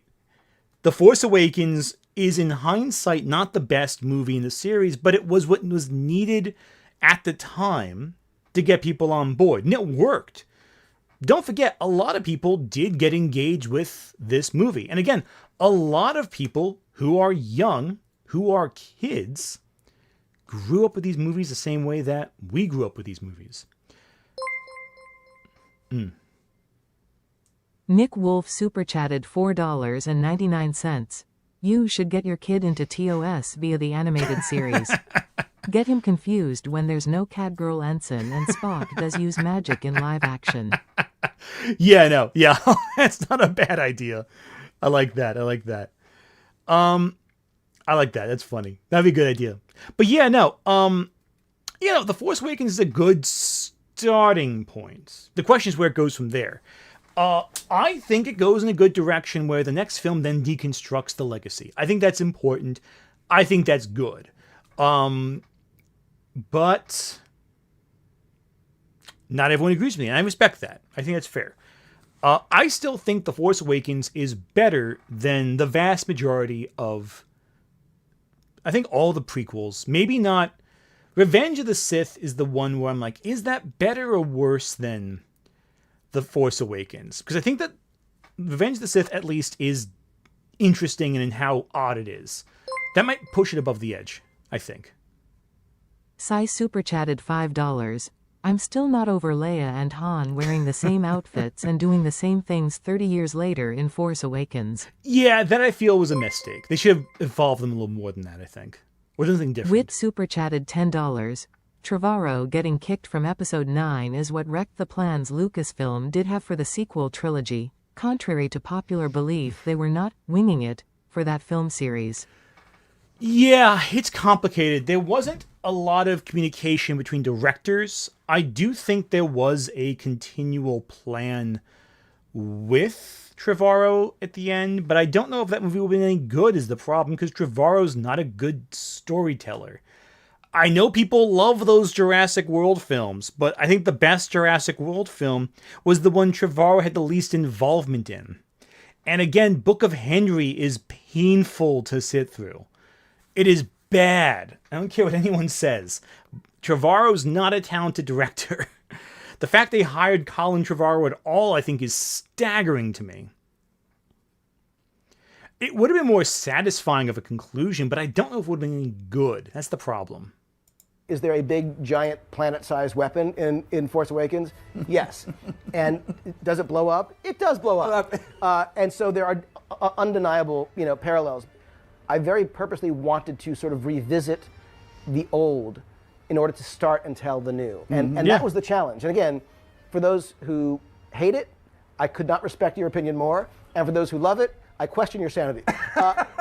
The film was fun and acceptable, but we were really excited to see where they went next. Yeah. The problem was they didn't know where they were going next. Anyone with half a brain would have known they needed to plan out the story for the sequel trilogy ahead of time, given the stakes. But nope. They rushed that film out so fast it was like launching a roller coaster. But the rest of the track wasn't done being built. Then Kathleen... Oh, God. The Wave Runners super chatted $2. Francis Ford Coppola's Rise or Skywalker. Can you imagine that? Can you imagine what that would have been like? Jesus, that would have been a mess. Like, if it would be anything like Megalopolis, that'd be crazy. I mean, it also has Adam Driver in it, so that works. But still, oh my God, that would have been nuts. I'd watch that in a heartbeat. Kennedy said she had a 5-minute meeting in a tiny broom closet with Ryan Subvert Your Expectations Johnson. And when they came out of the meeting, she said, "He's our guy for the next film." Now, I don't want to be cynical. That's not my thing. But I have a feeling that in addition to saying all the platitudes like he loves Star Wars, it changed his life, and he's loved it ever since he was a baby and all that crap, he probably also told her that we can't have these elderly whites be the heroes again. He was coming from a place of a filmmaker in 1977. And we're filmmakers in 2019, and a lot has changed in the world. The generation of people that watched Luke, Han, and Leia are aging out. We gotta get to the kids. Yeah. If you want your Star Wars to thrive, you've got to skew younger. That's what Disney. That's the thing. People are acting like, oh, they made it all for. With Disney recently, they're talking about how they've lost Gen Z boys. Well, this is how you focus on Gen Z boys. You make stuff with them in mind. You make stuff with kids and younger audiences in mind. You can't just keep catering to nostalgia. That's what Disney's done ever since, and it's really screwed them up. You have to stop catering to the nostalgic yesteryear generations, the people who are old enough to tweet online. That's the problem.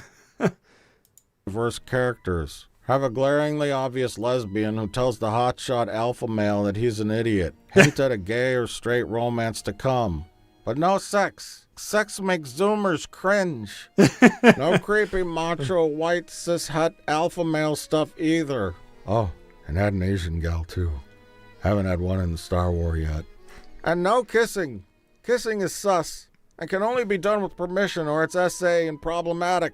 Sex? That's getting cringy. Not. What were you thinking, bro?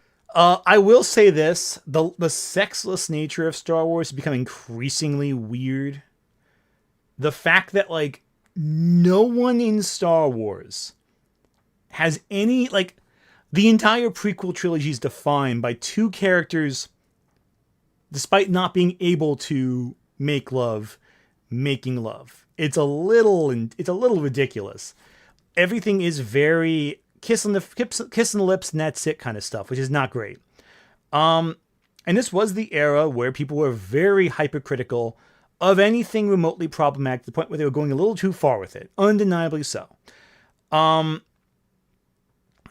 let's be fair. I don't think that's the defining decisions behind any of the sequels. Them, trying to just appeal to like Tumblr, culture. I think he goes a little. I think he's kind of bending into a lot of the more stereotypical criticisms of the of the sequel era right here, which I'm not fond of. I think it's a little bit messy. Because a lot of these ideas that like Holdo was a lesbian, like Holdo doesn't express any interest in anything. She's very much a minor character. Here's his purple hair, that's it. Wit super chatted $5. All this diversity was just cynical pandering, biggest jerk-off motion possible. Yeah, and again, some is pandering, but I don't think that's really a meaningful criticism of the films. Like, a lot of people hyper-focus on that as pandery, but it's like, you know, again, keep in mind, this is the same guy who said black people don't watch Star Wars. Don't forget that. Let's not forget. He may say a lot of things we agree with. When it comes to, like, racial diversity, that's where I'm like, I'm not sure you're the best guy for that one. But I at least know he's not coming from a place of grifting. I think he does believe this to be the case. But some of this has weight. Some of this has weight, especially the sexless stuff. It's really strange because they just weirdly are removed from that. And again, don't forget, there is a video of a fully grown-ass woman and her husband talking about how the Oppenheimer sex scene was a trigger for them because any sex on screen might tempt him away from her. You know, like there is a lot of weird purity culture bullshit going on online right now. But like, let's not ignore that. Even on the left, we can admit there's a lot of weirdly anti-sex sentiment among certain demographics of film audience. But that being said, this is way too... I don't think... No. And trust me, it's going to come up in my video on Friday, that particular segment. That's why it's fresh in my mind. Nick Wolf super chatted $1.99. Try imagining a sexless movie about the mummy. Jesus Christ. Is that the Tom Cruise movie then? Would that be that? Because the 90s one, no way. It's one of the most bisexual movies of all time. Sai super chatted $5. Also the way the movies had to make sure to no homo Poe and Finn because the fandom shipped them. Hell, so did friggin' Oscar Isaac ship them multiple times.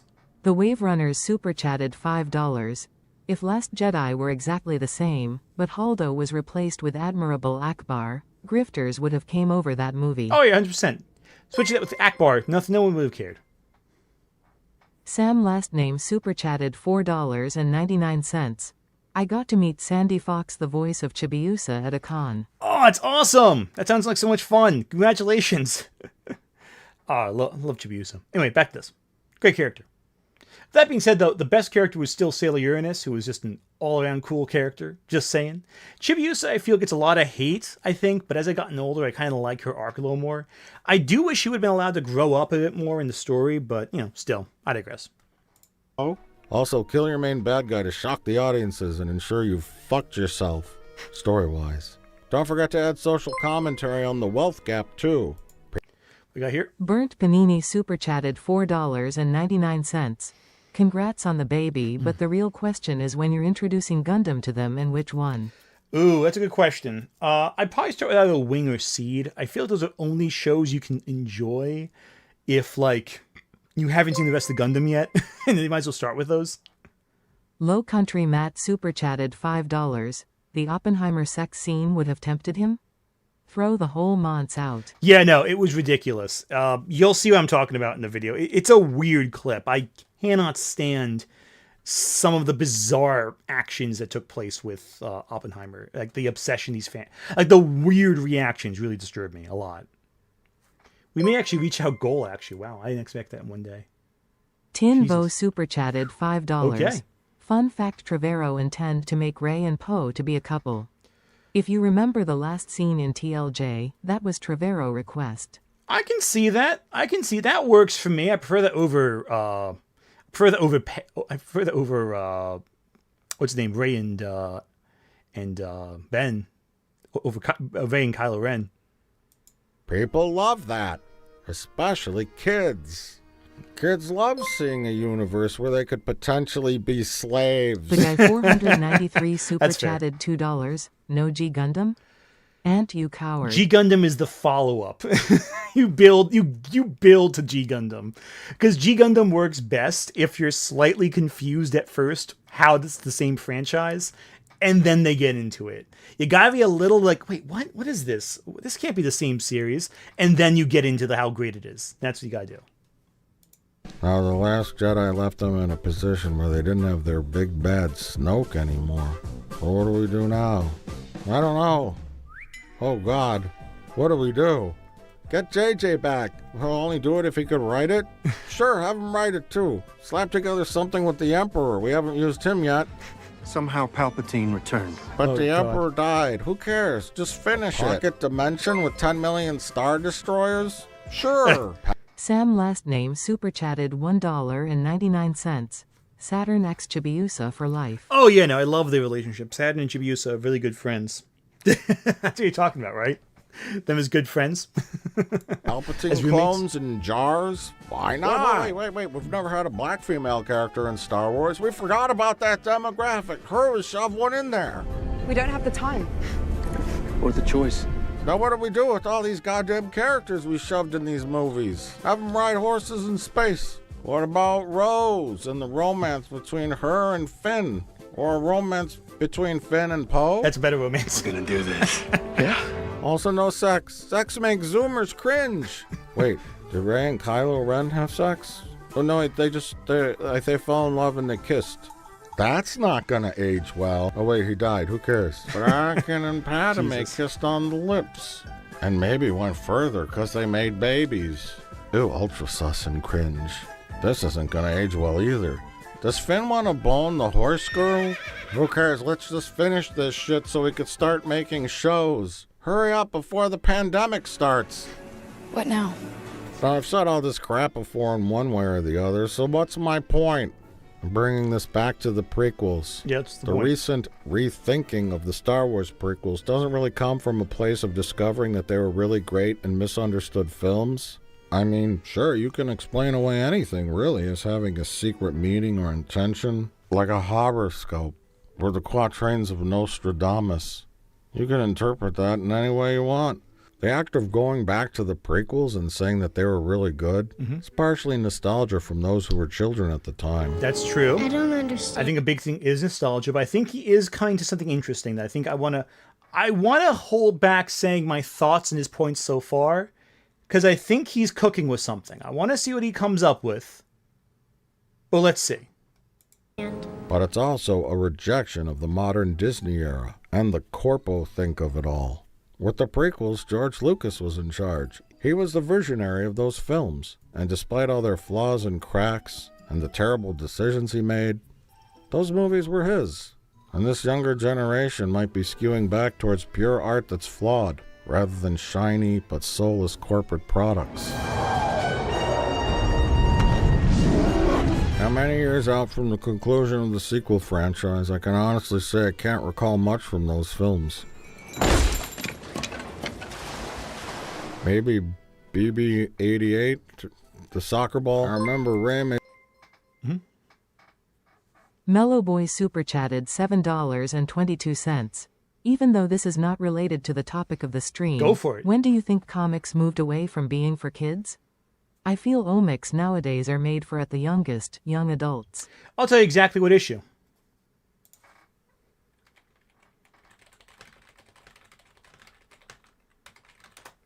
This is the exact issue where it happened. I'll show you exactly which one. Tinvo super chatted $5.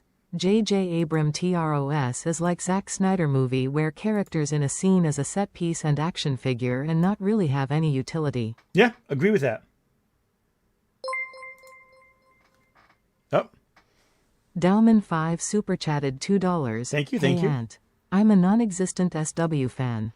Time to vanish. You're gone. Whoa, it's my hands vanishing. Whoa. No, but you're right. No, this is the comic that did it all. This is the one. This is the comic that changed everything, right here. There are other comics that exist that dealt with mature topics before this one, but this is the topic I think that really did move away because the Comics Code Authority kind of fizzled out after this one. That and the death of Gwen Stacy. Death of Gwen Stacy and the drug issue of Green Lantern, Green Arrow. These are the two that really changed the game and destroyed the hold the Comics Code Authority had after years of authority. That being said, before that, you had Tales from the Crypt and all that dark stuff. So, it was a period of time that was for kids. Though the 1950s scare about comics did kind of pressure that label onto them. But yeah, no. So I think he's cooking, though, because what is better? Flawed art from a single vision or corporate demands? I am way more positive about The Last Jedi than he is.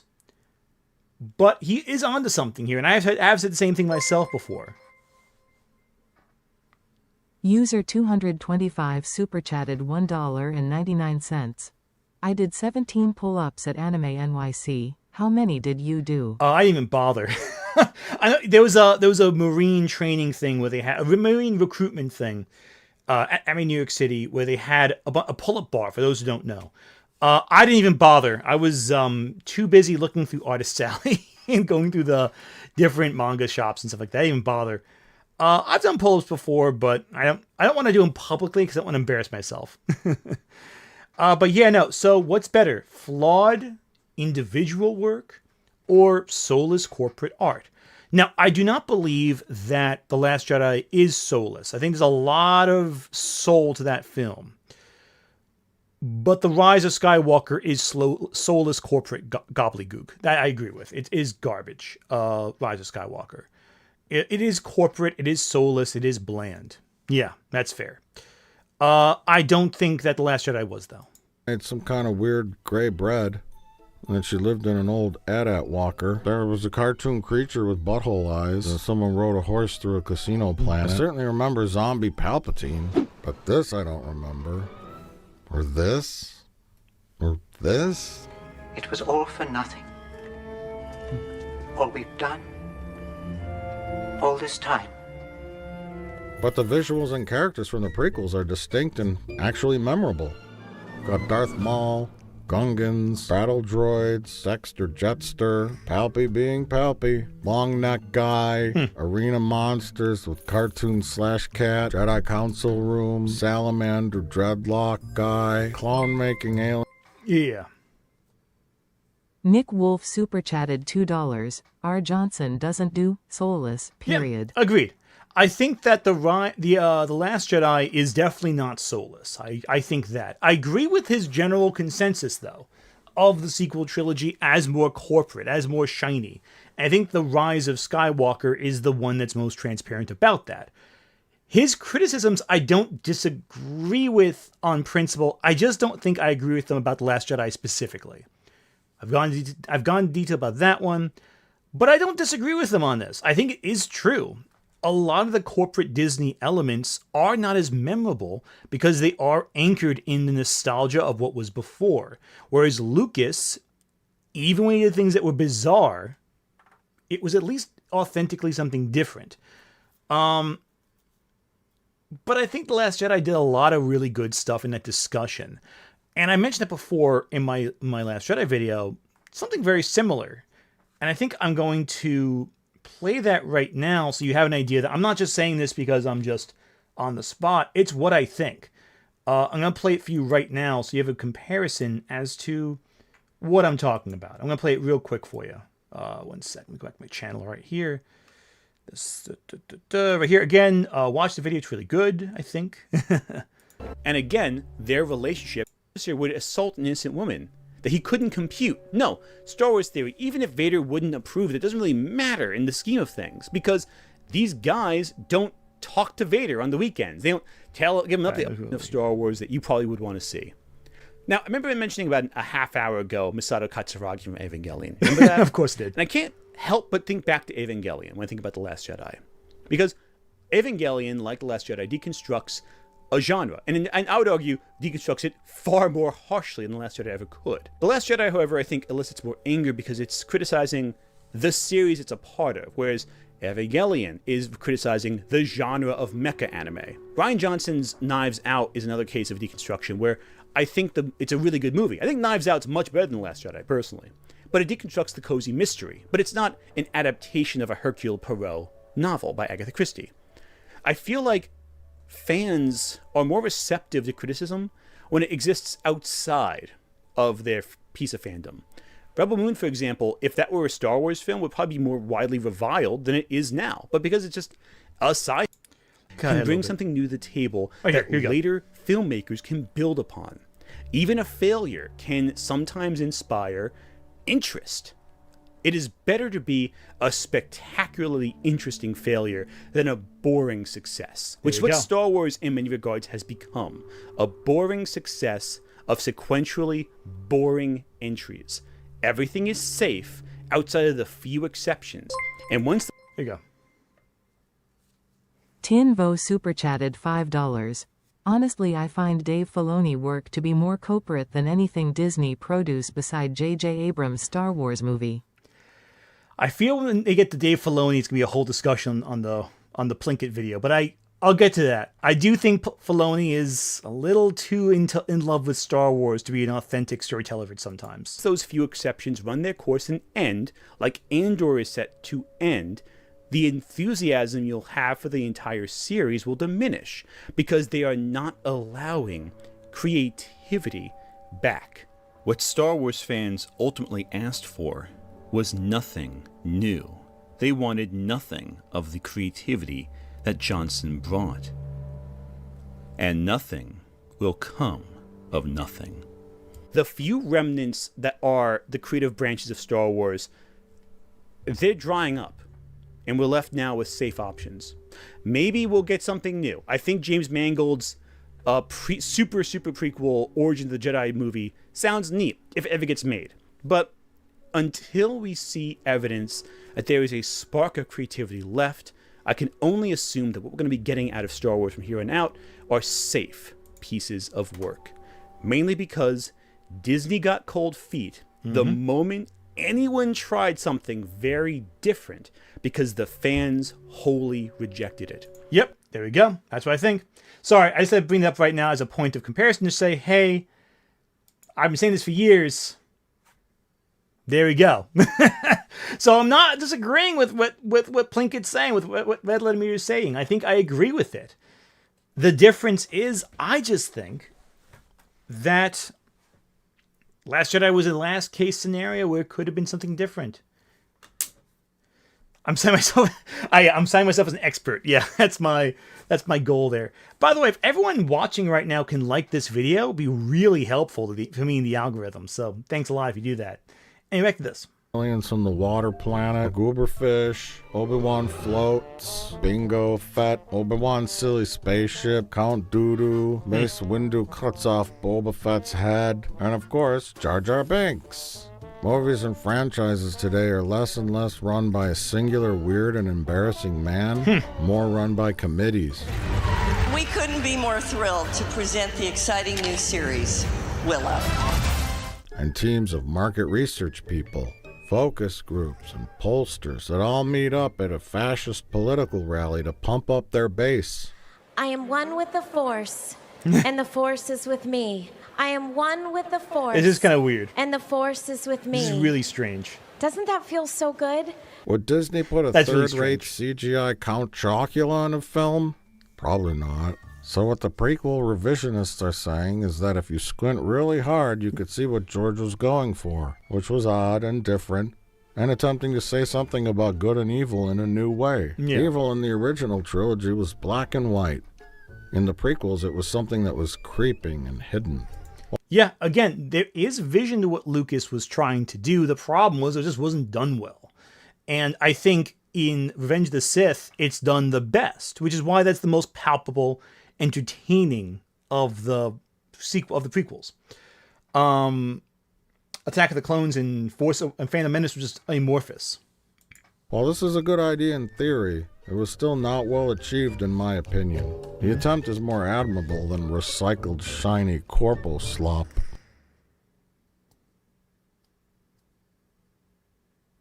But... Number 4.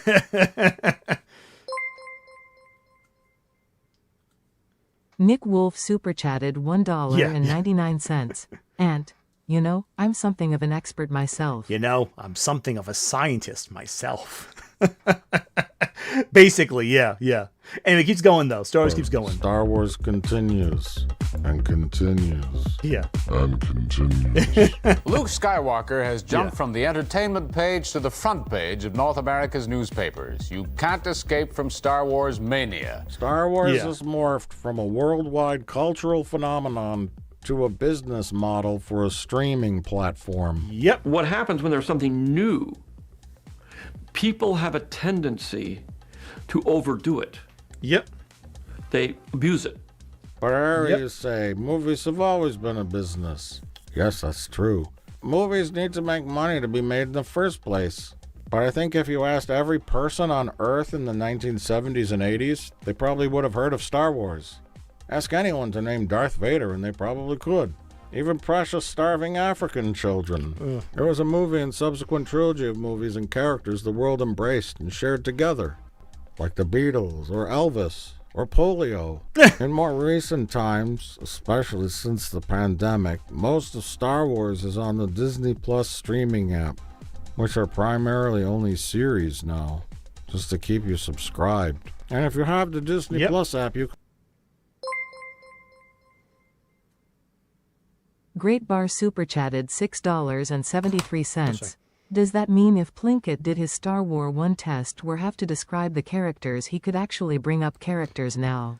Seems that way. I mean, again, elements of the prequels are very memorable. And he's not wrong necessarily. I think the problem is it's just a lot of slop that doesn't mean a lot. But the stuff that's really good is good. Alexander Ramirez super chatted $5.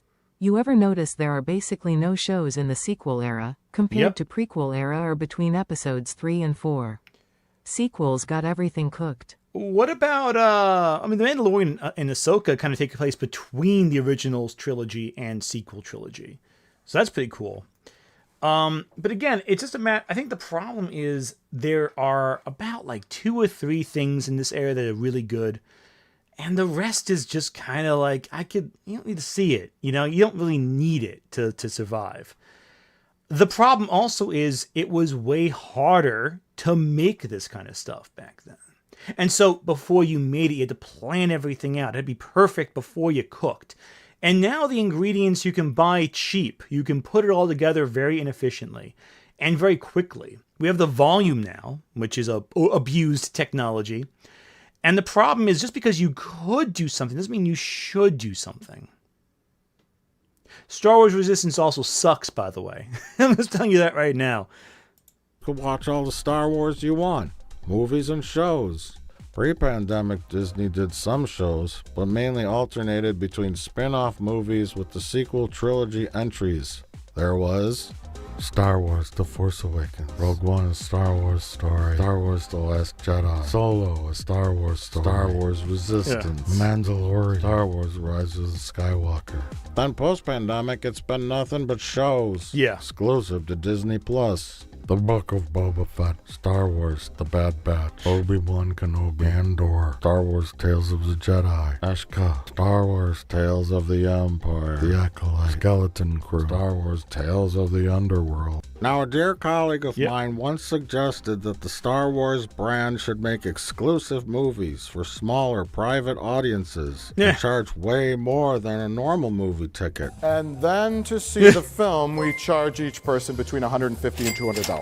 Well, that's kind of what they did with super chatted $5. the Sphere exhibit. Honestly, The Last Jedi opened so much possibility for Star Wars in terms of world building for sequel, and TROS ruin it. 100%. It completely squashed the potential opened up. Nick Wolf super chatted $5. And I am once again asking you to do a vid on fan edits, projects, and fan remix culture. Fan edits have convinced me that the prequels can be good. If I do that, if I did a video on fan edits, I would want to interview Dead Domain for that. Because Dead Domain did a re-edit of the Obi-Wan TV show into a singular movie. I would love if anyone can contact Dead Domain and ask if she wants to be in a video about Star Wars fan edits. I would be down to do that topic. That sounds like a lot of fun, honestly. Because there's a lot of discussion there, and not just with Star Wars, but also with the movie. There's a lot of fan edits that are out there that change the whole flow of things. There's a lot of good stuff there, I think. User 225 super chatted $1.99. I feel violated by this neckbeard ASMR. Yeah, basically, it's neckbeard ASMR. I'm sorry for that. Wing of Shoe super chatted $2. The SW. EU books of 80s, it's like all the TV series. Yeah, that's true. It is a lot like that, and except this has a higher budget, so you notice it more. Jacob G super chatted $5. The best SW of the Disney era for me were the Visions shorts. And Disney didn't make any of those. I agree. The Vision shorts are fantastic. I think, honestly, that the best of the Star Wars era, Disney era of Star Wars is Andor. By a mile. Andor is fantastic. Wait, Organized Chaos. Oh, yeah. Oh, you did re-edit of Justice League. Yeah. Organized Chaos did a re-edit of Justice League. Yeah, 100%. There's a lot of good re-edits out there from people who just don't like, they just aren't super well-known re-edits, but they're pretty good. And of course, you gotta talk about the king of re-edits, the supposed king of re-edits, because I've seen his actual re-edits before. But Topher Grace. Topher Grace very famously did a re-edit of the prequels that made the whole prequel trilogy like tighten down to like 85 minutes, something like that. Apparently it's fantastic. Hell, I can only watch the Hobbit films as a re-edit now. It changes the whole experience. What? And essentially that kind of became true. That's what Disney Plus basically is. I'll let that same colleague of mine explain further. Hello, it's me, Scientist Man. As of this recording, there are 126 million worldwide subscribers to Disney Plus. That makes up about 1.57% of the world's population. Here are the numbers broken down by country. Where? Yeah. Does this count towards my court-ordered community service? Yes. India, 52 million. United States, 42 million. Brazil, 8 million. The United Kingdom, 7.5 million. Mexico, 6 million. Indonesia, 6 million. Germany, 5 million. This goes on for a while. Who cares? It's Now, not wondering. are people in India really digging on the multiverses of Marvel? K0METZ super Watching chatted Inside 37 Out, cents. Star This is Wars, the funniest part of the or video perhaps Nemo. I other believe it. Disney products? Sure. It's funny as Disney, apparently, India, they all subbed because they had Cricket for a while. It was like the sole distributor of Cricket. And they got a lot of people watching, so. Maybe some of them are. Yay, Brazil. But the high subscriber rate is due to the fact that in India, Disney There you has go. paired up with Hotstar. There you and go. that's the only way they can watch Cricket. There we go. Dalbert See? Tran super chatted $5. Any thoughts on the social network getting a sequel? At first I was excited since TSN is my favorite film until I heard Fincher won't be directing. Considering all the insane stuff that Meta has been up to in the last like 15 years, I'm very intrigued to see what they're going to do in that movie. Because frankly, Meta is just, what the fuck? Who is doing the Social Network movie, the sequel? Hang on, the Social Network 2. Who is doing that? That's Aaron Sorkin. Aaron Sorkin is doing Social Network 2. Okay, now I'm concerned. Now I'm a little less confident that Aaron Sorkin's directing, because he's hit or miss. I'll put it that way. He's real hit or miss. I mean, I know he wrote the first one, but like, I don't know. Sorkin is, I don't know. I have less faith in Sorkin's skills. Into the final of the World Cup 2023. It's kind of like Disney pairing up with ESPN here in the US. It's all business, you see. Smoke and mirrors. Bundled subscriptions and lies. The US does come in second with 42 million subscribers, but out of that number, how many of those subscribers are just soccer moms looking to put on Disney Plus for their kids to watch while they do laundry and dishes? I only have Disney Plus because I signed up 2 years ago and forgot my password. Yeah. I wish somebody would wash my dishes. Now, if you break that 120... Okay, we got here. Scorpion Wolf super chatted $5. There aren't any more kidnapped hookers in these reviews, right? It's part of the reason I didn't like Red Letter Media. I don't know. I'm not sure. I don't know. Again, I'm going in blind. So there haven't been any kidnapped hostages yet in these movies. I have a dark sense of humor, so I always found that kind of stuff kind of funny. But like, I'm also aware that I'm like a very sick person. So that's who likes disturbing material. So I never got a big issue with that. Cool. 6 million figure down even further by what percentage of people are watching what on Disney Plus. According to my research and calculations, about 20%, now let's be kind, 40% of all Disney Plus users subscribe to the service just to watch Star Wars products. I like Star Wars. Me too. Shut up. So now, if you calculate that out of the 126 million worldwide Disney Plus subscribers, only 50.4 million of them are watching Star Wars products exclusively, that makes the global population of Star Wars watchers on the Disney Plus streaming app 0.63%. That's less than 1%. So Star Wars really has become a private product meant for the world's elite rich 1%, bitch. That's not a bad point.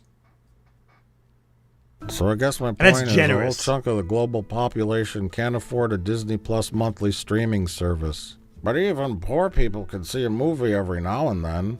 Even starving African children. Movies were escapism even during the Great Depression. Yeah. In the olden days, TV shows were free. As long as you had a TV that was in range of a broadcast signal, and you could go see a movie of your choice for a nickel. Now things are different, very different. And essentially, Disney has done just what I suggested. Make premiere content for the world's elite population, just like their theme parks. Star Wars Galactic Star Cruiser is the first... Yeah, that's the big issue too. The more that and this is not just a Disney problem, it's a corporate America post, late stage capitalism problem. Yeah, no, he's not wrong. He's not wrong. That's the problem. Media has become so tailor-suited to the most wealthy individuals. YouTube is accessible, and this is something I'm going to talk about in the video I'm putting out Friday. A lot of themes we're talking about in this video coming out in the video Friday, just saying. But yeah, no, it's very frustrating because increasingly media is inaccessible to the majority of people in the world. It's too expensive. Subscriptions are going on too much. The theme parks are expensive. Movies are now like obscenely overpriced. It's just more and more difficult to watch media unless it's free. So basically, YouTube. It really sucks, but that's what it is. Of its kind experience in the world. Oh, it's yeah. Immersive And then Jenny Nicholson destroyed this. adventure. It is part interactive game. It is part live action role play. It's part people have a tendency to overdo it. Things kind of rolled into one in a package that hopefully presents Too expensive. A seamless, organic Star Wars adventure. We want you to really feel like you're a character in Star Wars and really having a meaningful impact on what happens. Now, obviously, out of all this content, there's ways. And now it's done. And now it's gone. It burned itself out. Couldn't sustain itself. Gone. It's fine for us, the YouTubers side, but like the average person can't watch these big, cool movies. It's more and more difficult. I mean, granted, I can, but I'm not the average person. That's what sucks. You acknowledge that. You go, okay, wait a second, hang on, I can see it. But then you have like this kind of elitist bourgeois. I don't know. I'm babbling. I'm not even sure I'm making a point. But no, YouTube has become more accessible. It's become what access television was back in the day. Way too much to get into. People either love it or hate it. What was the point of that scene? And boy, oh boy, do they sure love to talk about it. Yeah, God. Here we go. It's happened. Mandalorian, deep fake Luke, Baby Yoda, or Baby Grok, or whatever it's called. The lame, slow, fat Boba Fett, Obi-Wan's fish market, Coyote Mundi's birthday party, Darth Vader grabbing the spaceship when he didn't grab a spaceship before, Leia's lame chase scene from Flea. I don't know what Ashka was, but Some kind of alien. But in any case, Disney continues to throw spaghetti at the wall with all these shows and movies and planning of them and announcing them. You see, announcements help to gather interest ahead of time. ここ日本なので、日本の雰囲気のあるお祭り感覚で一緒に写真が撮れる、そういう空間。Yeah, that's the thing too. They announced a ton of things. I am interested in the upcoming Starfighter movie. That's interesting. I do like how they announced that Matt Smith is going to be in it, because Matt Smith is one of those actors who, whenever he shows up, you know it's going to be batshit crazy on some level. Like, Matt Smith doesn't do anything normal. Even bad movies with Matt Smith in it, Matt Smith is fun in it, at the very least. But beyond that, you know, I don't know. And The Mandalorian and Grogu, I don't know if it's going to be any good. I'll still see it, but I don't know if it's going to be any good. That's the problem. Once they show you the trailer, you kind of get sucked in. You're like, okay, I'm going to see it now. And I really did like, and again, that's the thing too, so much has come out, you forget what happened. You forgot Flea was in Obi-Wan, because I forgot Flea was in Obi-Wan. You know, you forget that detail. There's so much, and none of it really sticks. Well, some of it sticks. I think Mandalorian seasons 1 and 2, and I think Ahsoka, I think Andor are by far the best Star Wars stuff to come out under Disney after the sequel trilogy. That's what it is, ultimately. When Patty Jenkins was... Here we go. Nick Wolf super chatted $2.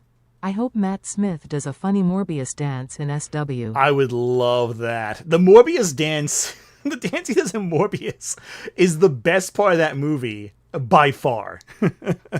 Hot off her Wonder Woman movie, they announced she was going to direct something called Rogue Squadron. Remember that? Yeah, never I went guess anywhere. She was going to do it because her father was a fighter. Yeah, no, didn't go anywhere. User 225 super chatted $1.99. I got invited to the Kia Diddy baby oil freak off. Kia Mundi, Kia Diddy. Oh God, Kia Diddy. Oh God. I'm not sure if it's a P Diddy or a Kia Mundi reference, or both. Could be both. And yeah, the Patty Jenkins movie. Again, Patty Jenkins is a talented director. I think she has a lot of skill. But the fact that this didn't get made, and she made Wonder Woman 1984 instead, I guess, as not instead, but like she was doing something. No, she was on schedule to do Wonder Woman 3. That got canceled, and she left Star Wars to do Wonder Woman 3. So it's like just a clusterfuck of bad decisions on her part. Fighter pilot? Some of this shit could be rumor or speculation, or even just stuff that was on the table but eventually scrapped. I would imagine a lot of people have been waiting to hear, what are we doing with Star Wars movies? Yeah. Wouldn't that be nice? Let's take a look. Remember all of this? Colin Trevorrow was to direct episode 9. Yep. And it was going to be called Duel of the Fates. Yep. Guillermo del Toro, Jabba the Hutt movie. We have the rise and fall of Jabba the Hutt. Yeah, but Guillermo del Toro announces movies every few weeks. That's the problem. I love Guillermo del Toro. His films are fantastic. He's one of my favorite directors currently working. I say it's in a non-parasocial kind of way. I mean, like, I like his art. I don't know how he is as a person, but I love his art. But the guy cannot, under any circumstance, complete even a fraction of his films. He announces so many films. There's a Wikipedia article just about the films Guillermo del Toro has started talking about and never progressed on. I was super happy. What happened? Guillermo and Star Wars and you seems like a no-brainer to greenlight. What happened? Yeah, right? Fred Skull super chatted $4.99. I miss forward progression in the SW universe. I'm tired of interrogating the past and filling in holes in TH lore. I want the future of the SW myth. Agreed. I am so tired of films that take place between the prequels and the sequels, the original trilogy. The era between the original trilogy and sequels, I'm okay filling in because there's a lot of time there, a lot of connective tissue has to be established. But I'm so but we have so thoroughly examined every waking moment between Revenge of the Sith and A New Hope. We've got all of it done. There's nothing left. We've explored it all.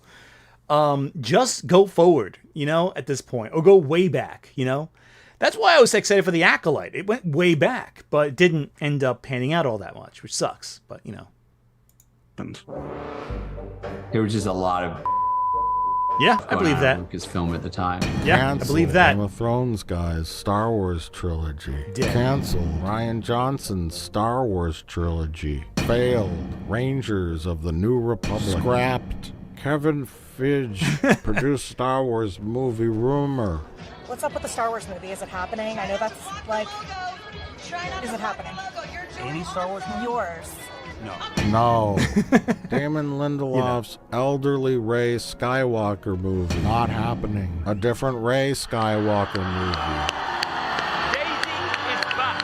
I'm very thrilled to be continuing this journey. Postponed indefinitely. But to me, out of the stuff that actually got made, the most interesting of the new Star Wars, from a critical and cultural point of view, is certainly Andor and the Acolyte. Yep. Again, those are the most interesting to discuss because of what happened with them. And I'm interested to see what he has to say about them, especially Andor, though it sounds like he's more veering to positive on that one. The Acolyte is bizarre to discuss because I don't think it was particularly good, but it is, again, an interesting failure, I think. I think it's interesting in what it tried to do, what the response was, and all that. I think it's very interesting. But we'll see.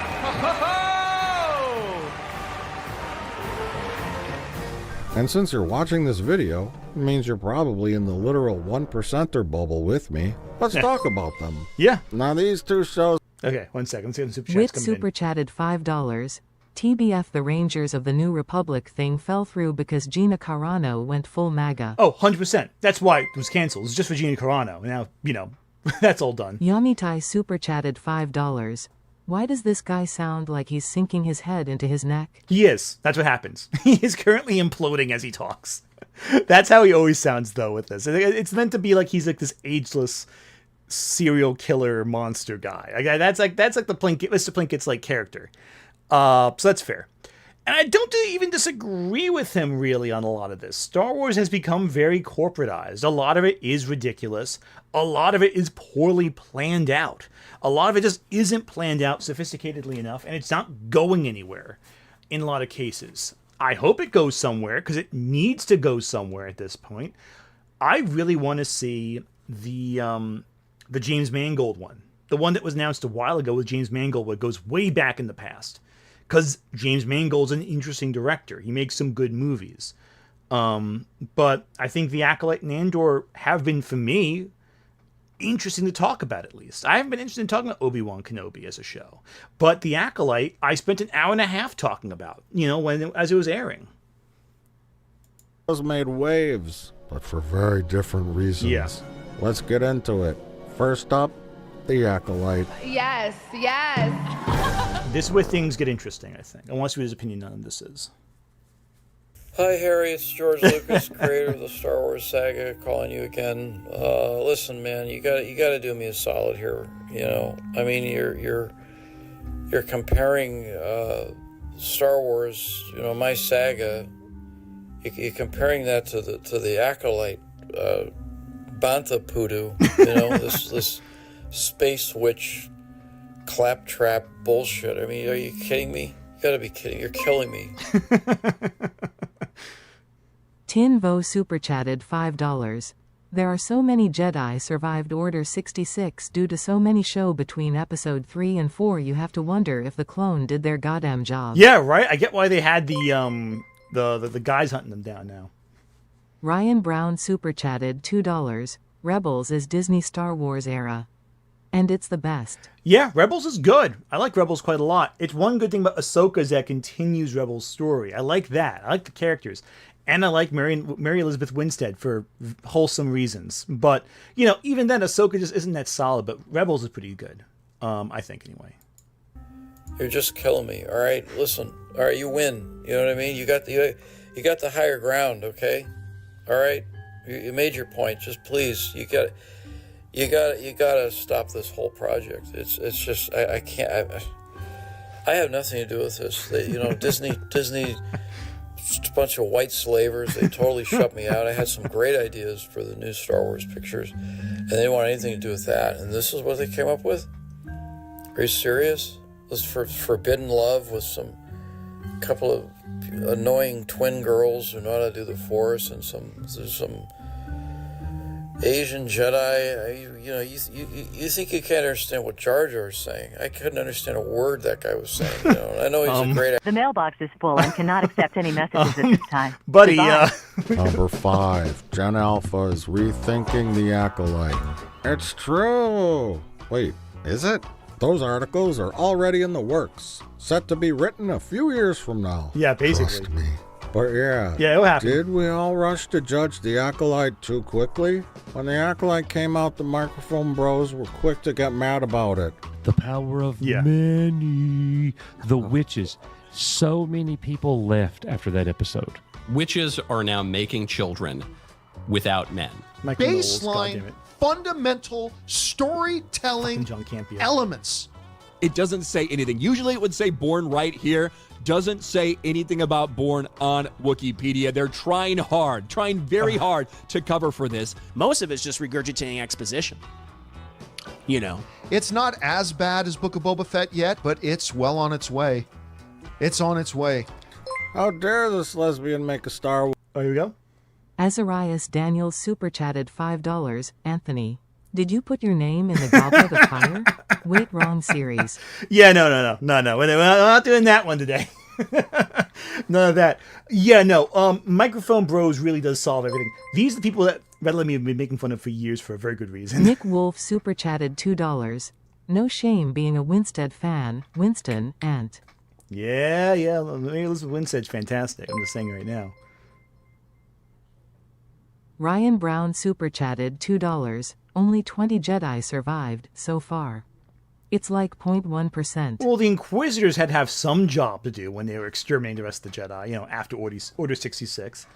The Microphone Bros are actually the people who Red Letter Media years ago were making fun of with the don't ask questions, just consume next product meme. That the people who he just showed, that's who are the consumers of the product, who are just blindly taking in there.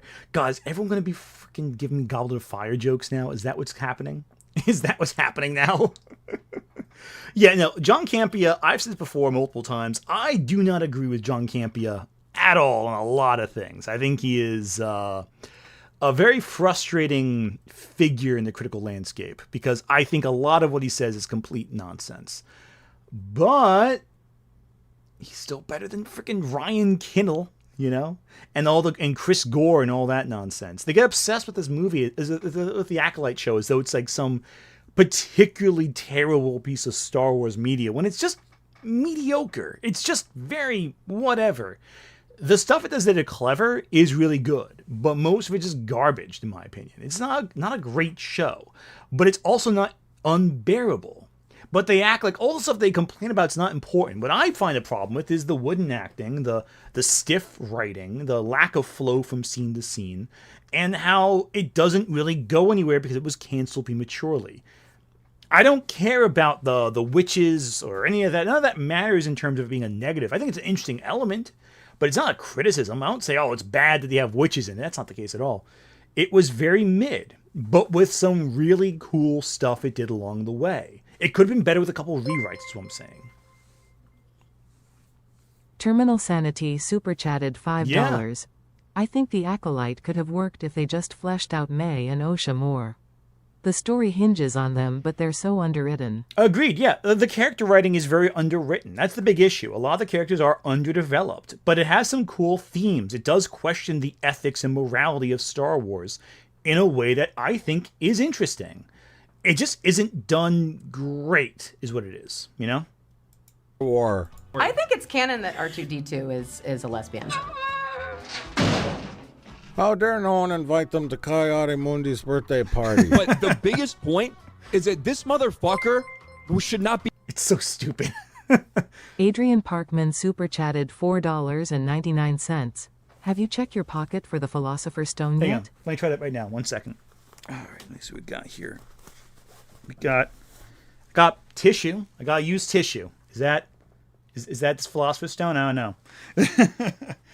I should go ask those Elric twins. Maybe the old Elric twins. Elric boys. Maybe they have the Philosopher's Stone on them. I don't know. Anyway, back to this. The more RK Outpost I see, the more he annoys me. Because he's so transparent with how much of a grifter he is. Like, he's just bullshitting over a rage bait. It's ridiculous. He just annoys me so much. Be alive. This show takes place over 130 years BBY, before the Battle of Yavin. The problem is, Ki-Adi-Mundi shouldn't have been born for another 40 years. A fat Jedi? Soy boy Jedi? Black chick never changed her hairstyle since she was 8. Oh, great. Now there are 2 of them? But the truth is, the Acolyte is actually the closest thing to the prequel since, well, the prequels. Yeah, it really is. Generally speaking, I think people aren't really sure what they want from Star Wars. Something new and different, or more of the same. Yeah, I All agree. the same can be comforting, and new and different can be challenging at first, but once settled into, can become a comfort. Now, remember when I read that list of shows and movies that came out since Disney took over? We had a seemingly endless slew of rehashed stuff and characters and things we knew and recognized in the form of Boba Fett's. And Yep. He's not wrong yet. Wing of Shoe super chatted $2. Is that the Elder Rod in your pants? No. Nope. How many more Harry Potter references can we make in this one stream? I have no idea. At least the me much, not JK. Azarias Daniel super chatted $2. I've opened the Chamber of Secrets. Sorry, Aunt. Listen, I'll happily take your money instead of J.K. Rowling for this one, for these jokes. But yeah, no, he's right. So much of that slop was forgettable. No one remembers what happens in Book of Boba Fett.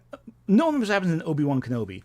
But everything in the Acolyte stands out. Every bit is remarkable in some way, even if it's mediocre. It's mid, but it's not forgettable. And that's something interesting. An interesting the failure. The Minato super chatted $5. Highly Man, nice. I wish when this franchise wasn't invalidated by the sequels and made by people who give a shit. Hashtag Star Wars is dead. That's a secret. It was never good. I'm just kidding. Great Bar super chatted $6.73. I always thought R2-D2 and C-3PO were supposed to be gay after the Simpsons made them fight the Battlestar robots. Oh yeah, no. C-3PO was always coded as gay. People were making jokes. People were making gay C-3PO jokes since like freaking SNL. Like people have been making fun of C-3PO for being flamboyant for like decades now. Mad Magazine was making jokes about back in the 80s. So when anyone ever tells you it's woke people making C-3PO gay, no, people were making that joke back in the 80s. It's just that now people are making it like with like a smile as opposed to a smirk. You know? That's the big difference. Yamitai super chatted $2. There sure was a long pause before that no. Seuss. I don't know what you're talking about. User 225 super chatted $1.99. So is RLM right or wrong? What's his argument here? Well, we don't know what his argument yet is because we keep getting super chats. Zypher 8677 super chatted $2. I remember the Power Ranger gang from Boba Fett. Yeah, they were pretty weird. I'm not gonna lie. That was memorable at least, but it was weird. Nick Wolf super chatted $10. Honest trailer has gotten long in the tooth, but their Acolyte vid is on point. You shouldn't hear a phrase like lesbian space witches and think that's not canon instead of go on. Right? How can you hear the words lesbian space witches and not at least go, I'm intrigued? You know, how can you be mad about that? When I was in high school, right, people would seek out stories that had lesbian space witches in them. People would go out of their way to watch a show with lesbian space witches. Like, that would be a thing that was a selling point, not an aversion. That's why I can't understand half of the bullshit these people online are talking about. Like, how can you hear the phrase lesbian space witches and not be intrigued? Like, that was like a selling point of your Barbarellas back in the day. That was what you'd put in your... Like, here's the thing. Even, let's assume for a second, we're not even talking about actual representation. Let's ignore that for a second. That we're not talking about representation, what have you or not. That was a selling point.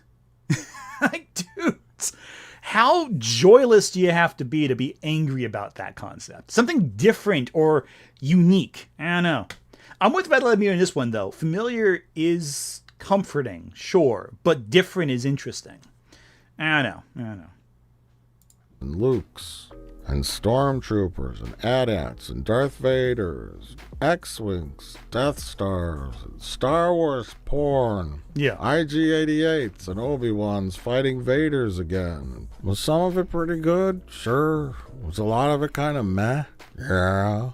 Then came along the Acolyte. Set in the year negative 10,000 BBY or whatever. 100 years before the prequels. First of all, thank goodness. We probably won't run into too many things we know and recognize. Yeah. Except for a little cameo by Yoda and Kool-Aid Mundi. Yeah, right? Low Country Matt super chatted $2.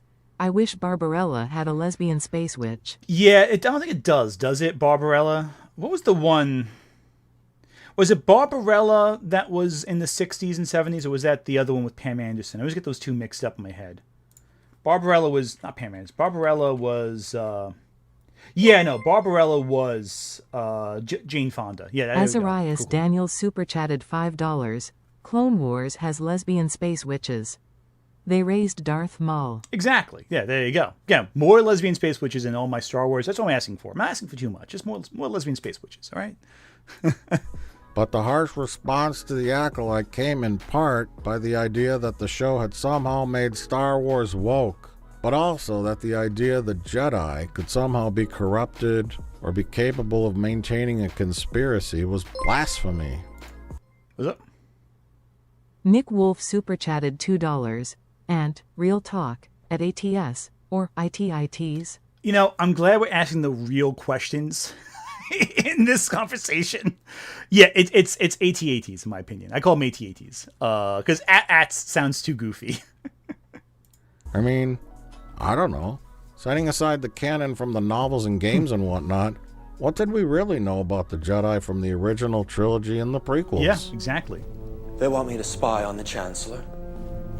This assignment is not to be on record. Obi-Wan told us that the Jedi were the guardians of truth and justice and the American way. Yeah. For over 1,000 generations, the Jedi Knights were the guardians of peace and justice in the Old Republic. Yeah. We learned in the prequels that the Jedi are a bunch of weird people that have purged... Yeah, seriously. They're weird asses. Tin Vo super chatted $5. You should make a video about Dave Filoni and his SW work. I honestly think his love for SW contribute to the SW slop image we have today. Yeah, you know, I'm with you on that one. Dave Filoni I might do a deep dive on at some point, because I think a lot of what he's done is messy, you know? I don't like a lot of what he's done, I'll be honest with you. But yeah, no, I don't know. Dave Filoni is complicated, I think. But I agree with you. I think that's worth diving into as a deep dive at some point. But I'd want to revisit all of his work before doing that. Anyway. But yeah, no, I don't disagree. The Jedi, we act as though the Jedi have to be these all-powerful, wonderful arbiters of truth. But everything we've seen of them shows they're incompetent in some way. That's one thing I like about The Last Jedi. They show the Jedi as these incompetent, problematic figures in history. That they are not necessarily arbiters of truth. That they are actually, they kind of suck, actually. And that's interesting. I like that idea of this thing that we mythologize being bullshit, you know? Being these problematic figures. Being these figures who are worthy of criticism. Who have shown demonstrably that they are not the best people to trust without powers, you know? That's interesting. I like that. Emotions in order to run around and meddle in other people's affairs. Yeah, they're colonists, essentially. Nitro, Java, super chatted $5. Listen, I care about lore as well, but the Ki-Adi-Mundi complaints are just ridiculous. The conehead of all characters. Jesus Christ. I agree with you. Genuinely. Authentically. who gives a fuck about Ki-Adi-Mundi? All right? Like, does anyone give a fuck about Ki-Adi-Mundi? Was he your favorite character? Was he your gulp shitto that you really loved the most? Like, who cares about Ki-Adi? The level of bizarre hyperfixation these nerds had about Ki-Adi-Mundi was the stupidest thing I have ever seen on the internet. The number of Ki-Adi-Mundi fans who showed up are morons. There's no other way for it. They're either lying to you, or they're the biggest suckers of bad storytelling I've ever seen in my life. There's no way even a fraction of these people cared about Ki-Adi-Mundi. None of them could care. There's no humanly way possible any of you people gave a shit about Ki-Adi-Mundi. I'm sorry. There just isn't. His only character trait is to be wrong. His only trait is to say wrong shit at any given moment to show how little he actually understands about what's happening. He exists as a punchline. Nick Wolf super chatted $5. Funnily enough, RLM's view of Acolyte took the position of constantly deconstructing the Jedi being not good, a la Man of Steel versus Gun Superman. I think constantly deconstructing it's a bad thing, but I think enough deconstruction's fine. Great Bar super chatted $6.73. The Jedi can never be shown to be corrupted except Dooku, Inquisitor's Barris that Jedi clone racist. Yeah, no, the Jedi are wrong. The Jedi are wrong a lot. User 225 super chatted $1.99. I care about Ki-Adi-Mundi, he got me a Twi'lek harem. Okay, that's valid. I accept that. That's okay. You know what, Nick? Aside from user 225, no one else should care about Ki-Adi-Mundi. That's fair. I'll grant you that one. Anyway, dude, you have a harem? Tell us. Freaking Superman with that joke. Anyway, back to this. Sort of outdated part of the Republic. They took kids away from their parents and raised them in what looked to me like a weird religious cult. All of this, by the way, literally came from Yoda casually tossing out that Luke was, quote, too old to begin the training. That was because he just didn't feel like training him because he was so old and just wanted to die. But for me, after thinking about the events in the Acolyte and how Sol accidentally killed Osha's ghost mother and decided to never tell her so he could turn her into a Jedi, I'm proud of him. I'm proud of the Jedi conspiracy. That was quite clever. I'm okay with lying. Sure beats the alternative, telling that little girl that you killed her ghost mother, and then have her become so angry she becomes an evil Sith. But it also beats the Jedi sitting around in a circle, being completely useless and unaware that Palpatine is obviously plotting to take over the Republic. Mm-hmm. What? You see, people view the prequels in one of two ways. That there's some kind of high art that's filled with literary and philosophical references that are so way out of your league you won't understand them unless you have a PhD. I don't think so. Or they're corny, melodramatic, serial sci-fi schlock. Yeah, that's where I am. Schlock, essentially. High-end schlock, but schlock. Gage M super chatted $4.99. One YouTuber I follow that I want you to tackle is Honeycut Videos and his videos on RLM and the prequels. He's a prequel defender. I might take a look at him. That sounds interesting. Yamitai super chatted $2. Too old and just wanted to die, honestly, felt. Yeah, that's the after 30 experience right there in a nutshell. Backseater. Oh, God. He's having fun now with... friggin' what's his name? Mauler going after him right there. Anyway, back to this. I lean towards the latter. Yeah, same. Not again. Obi-Wan's gonna kill me. In retrospect, I kind of see the Acolyte the same way. When it started, I was shocked at how dumb that first scene was. May walks right into a western saloon and finds Carrie-Ann Moss chilling with some villains. She hits her in the heart with a little tiny dagger. What? Did that even go through her robes? Kind of poetic, but also kind of silly. In the start of The Phantom Menace, they bust out their lightsabers to fight some gas. This is just embarrassing. It's so goofy. Or it was dumb when Obi-Wan and Qui-Gon just kind of jumped in front of a bunch of battle droids to rescue the Queen. I thought they'd do something a little more clever. Yeah. I think there's a large segment of the audience that wanted more epic Star Wars stuff. It's garbage, and I expect this score will continue to creep down and down and down because they just can't stop doing retarded things. They want to see more awesome Jedis doing awesome things. Like Yeah, right? Exactly. Adrian Parkman super chatted $4.99. The Jedi Order in the prequel. We should do something. Should we do something? We should do something. Should we do something? Oh, is that the Linkara joke? Love that. But yeah, no, a lot of these people just want to see the Jedi be badass. And that's it. That's all they want. And it's like, buddy, that's just like, that's not interesting. That's just generic and dull. What they want is, bizarrely, the slop that Disney was giving them before, which I think which they didn't like. So they have no idea what they really want to see. They just want to consume product, get angry about it. Consume next product, get mad, don't ask questions, Boy super consume next chatted product. $3.61. Politics in the prequels are interesting in concept but dry and boring in execution. Exactly. The politics in Andor are vastly more interesting because they're not dry. They're very dynamic and fluid and complex. Very moist. You can play around with it a little bit. But that is one of Linkara's best jokes. I love that one. But no, yeah, they just want to see like video game cutscenes, basically. And that's boring, But they got that in the Acolyte to an extent. They got the coolest lightsaber scenes since the prequels, And they were still mad about it. Having huge battles and fighting with Darth Violence and Darth Death Breath. But all we got was Soy Boy and Fatty and Premature Baldy. However, the prequels illustrated that Jedis could be anyone, really. Long necks, elderlies, guys with floppy head snakes, blind people, little lady muppets, guys with snake legs, tiny creatures that have to work really, really hard to fight someone who was 6'5". Yeah. Now, we did see a few tough male Jedi in the Acolyte, but hey, maybe this guy is like really good at using the Force. Or maybe Fatty was a secret alien who was large because when it came time to battle, he split into two thinner Jedis, each with two lightsabers. Imagine that. He could fight Darth. Yeah, exactly. What's that guy's name with the 6 arms?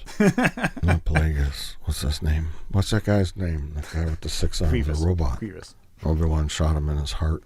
General Grievous. He's not a Darth. He's a general, but he has lightsabers. Was it Darth General Grievous? In any case, without getting too into the story, which also paralleled the prequels in themes of conspiracy, creeping evil, a secret Sith, and events that lead a child to turn to the dark side, there are many, many similarities that make the prequels and the Acolyte feel like Star Wars kissing cousins or kissing siblings. Yeah, basically. These similarities are both in visual, plot, and style. Younglings in training. A virgins in the Force. The Force is midichlorians. The Force is lesbian witch magic. Yoda is clueless. Large bugs. A distraught or anxious Padawan leaves on a speeder. Yeah. Nemoidians. Everyone is stupid and no one knows what's going on. R2-D2 and OSHA both fix a spaceship from the outside. Yeah, all that's true. Quinn Decker super chatted $5. Jedi being blatantly wrong is something I want more of. Could be the religious trauma talking, but the Jedi can be genuinely messed up in their beliefs. Yeah, I agree. And if you address the systems as being toxic, it's interesting dynamic. Scoops Troop super chatted $10. Anthony just dropping in to say I love you and your content so much you are a king. Less than 3. Thank you so much. I really appreciate that. That's fantastic. Thank you so much for dropping in. Yeah, no. I hope my content's still entertaining this week, though. Once it comes out, once I finish working on it. But yeah, no. It's just like, again, a lot of the things that they don't like about the Acolyte are present in the prequels. Like, it's all connected. It's all the same system. It's all the same setup. It's just different iterations of the same thing. It's all there. It's all there. I don't know. 2 Jedis board a Nemoidian ship. A Force test is given to a child with the picture mind-reading device thing. 2 gals that look the same switch clothes to be deceptive. Shirtless hunks. Hubba hubba. A phantom menace of sorts. Hologram interference about an important message that doesn't get through. Yeah. Showing off by using the force or the thread to float around a piece of fruit. Yep. A little kid in their journey to the dark side. Yep. A big fire. Yep. Bunch of Jedi in a fight that eventually gets slaughtered. Yeah. Soul promises to train Osha. Qui-Gon promises to train Anakin. Secret bad guy attempting to groom a new apprentice. Yep. Who was his father? Where is their father? Yep. There was no father. They have no father. So I'm not quite sure what the Acolyte was attempting to do, to be honest. Or who it was trying to appeal to. Was it trying to be a serious, dramatic Star Wars program? Were the creators just having fun with their own fanfic? Were they trying to do something different with a bit of romance and drama or whatever? I really don't know or care. But after stewing on it, what I do know, it's not as bad as I remember. Yeah. And Gen Alpha is now revisiting it and reevaluating it after fond memories from their youth. It was cool to jump back 100 years and get away from it all. Kind of like a vacation. It also dealt with what I thought was kind of an interesting subject I haven't seen explored in Star Wars before. What do the Jedi do when a group of thread-using witches start training children? What is the law or ethics of this kind of situation? The Jedi don't own the Force. Someday those noble intentions you all have will destroy every Jedi in the galaxy. Is that how the Jedi should be? I don't know. Maybe? You know, I didn't come in and say, like, what about baby Han Solo? You know what I mean? Like, it was like, I was like, what I'm really interested in is I'm really interested in Star Wars from the perspective of the bad guys. Therefore, if we set something earlier in the timeline, something before the prequels, but a little bit after, end of High Republic, I was like, then the Jedi become, because Star Wars is always about... Yeah, exactly. It's interesting stuff, I Sai think. super chatted $5. Thank you, Wait, yeah, why are the grifters mad when babies being conceived by just the Force was established with Anakin? Oh God, Sai, don't get me started on this bullshit. Okay, I can explain this one because I watched enough of their bullshit to hear this argument. The argument was that if someone else did it aside from Anakin, it cheapened what happened to Anakin because he was the first in a generation for it to happen. Even though everyone involved in the Acolyte who knew that they were conceived by the Force is either dead or not talking by the end of the show. Like they're all dead and didn't tell anyone the truth by the show's end. So it's like, no one knew. It was a secret, but like, it's one of those things where it's like, the people who are so angry didn't wait to see how the show wrapped up before getting mad about it. And they would say, oh, it's contradicting the plot for this, that, and the third. Meanwhile, it doesn't contradict the plot at all. If the characters don't know about it, they can't tell anyone about it, and they can't spread the knowledge that happened. So, there you go. And again, it was because women did it too, apparently. I don't know. Rebels versus institutional threat, right? Underdogs versus huge empire, right? So if we said it then the Jedi become the antagonists. Not the bad guys, but they become the bad guys to the bad guys. Yeah, and again, people act like she didn't know what she was talking about, but everything she said there makes a lot of sense. It's structurally interesting. It creates a narrative in this world that already exists that's interesting. And again, I asked this a while ago. And Red Letter Media asked us a while ago, what's more interesting? A story that is an interesting failure or a boring success? The Acolyte is a very interesting failure. It does not succeed at a lot of what it does. Again, we said before, it is mid. But it's mid in a way that's interesting. There's stuff worth examining here.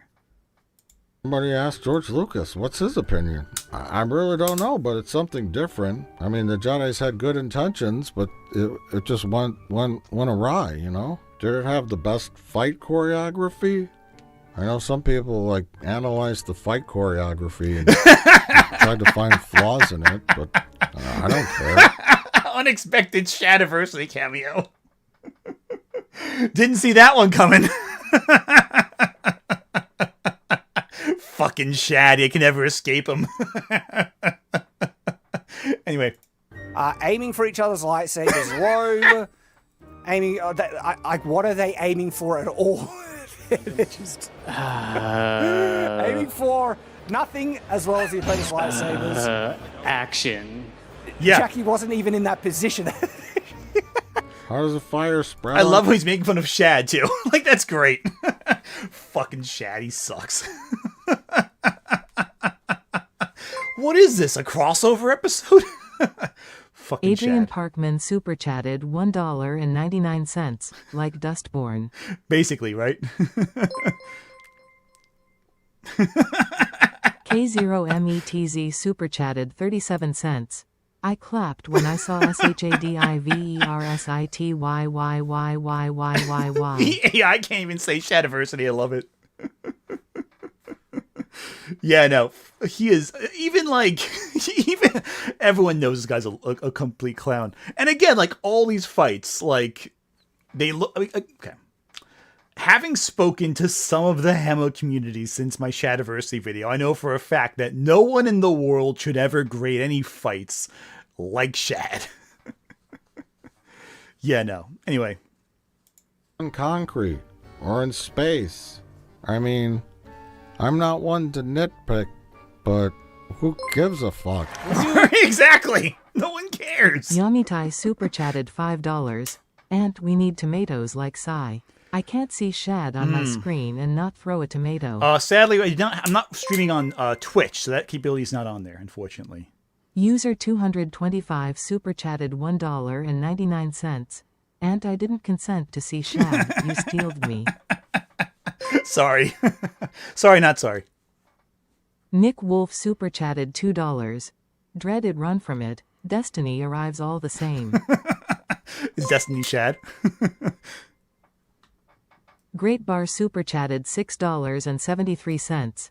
As the books had said with Anakin birth, because plagues and palps fucked with the Force, the Wills and Mito conceived Anakin, so wasn't even the same. Exactly. I think the way I like to see it is like it's like a proto version of that. Like it's like maybe I mean I know they're probably gonna set up so that like Plagueis like set the whole thing up. But I like to think of it as like, oh, Plagueis saw this happen in action, was like, oh, okay, maybe how can I do that myself or something interesting, and that was passed on to Palpatine and all that. I know the Darth Plagueis book has it, so they explain the whole thing, but we're in a new continuity, obviously, so that's no longer the case.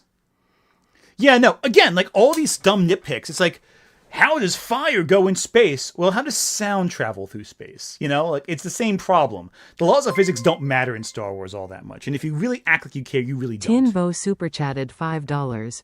I remember the Last Jedi throne room scene was the coolest scene until Shad made a video about how it sucked, then suddenly everybody becomes sword expert. Hell, Shad's not a sword expert.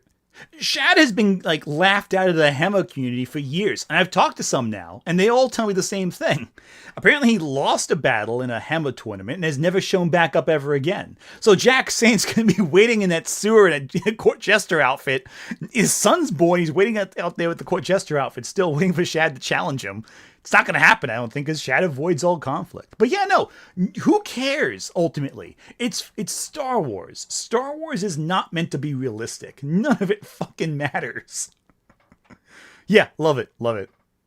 Feels like someone with sanity is talking again about Star Wars with this discussion right here. Mugiwara no Goofy super chatted $9.99.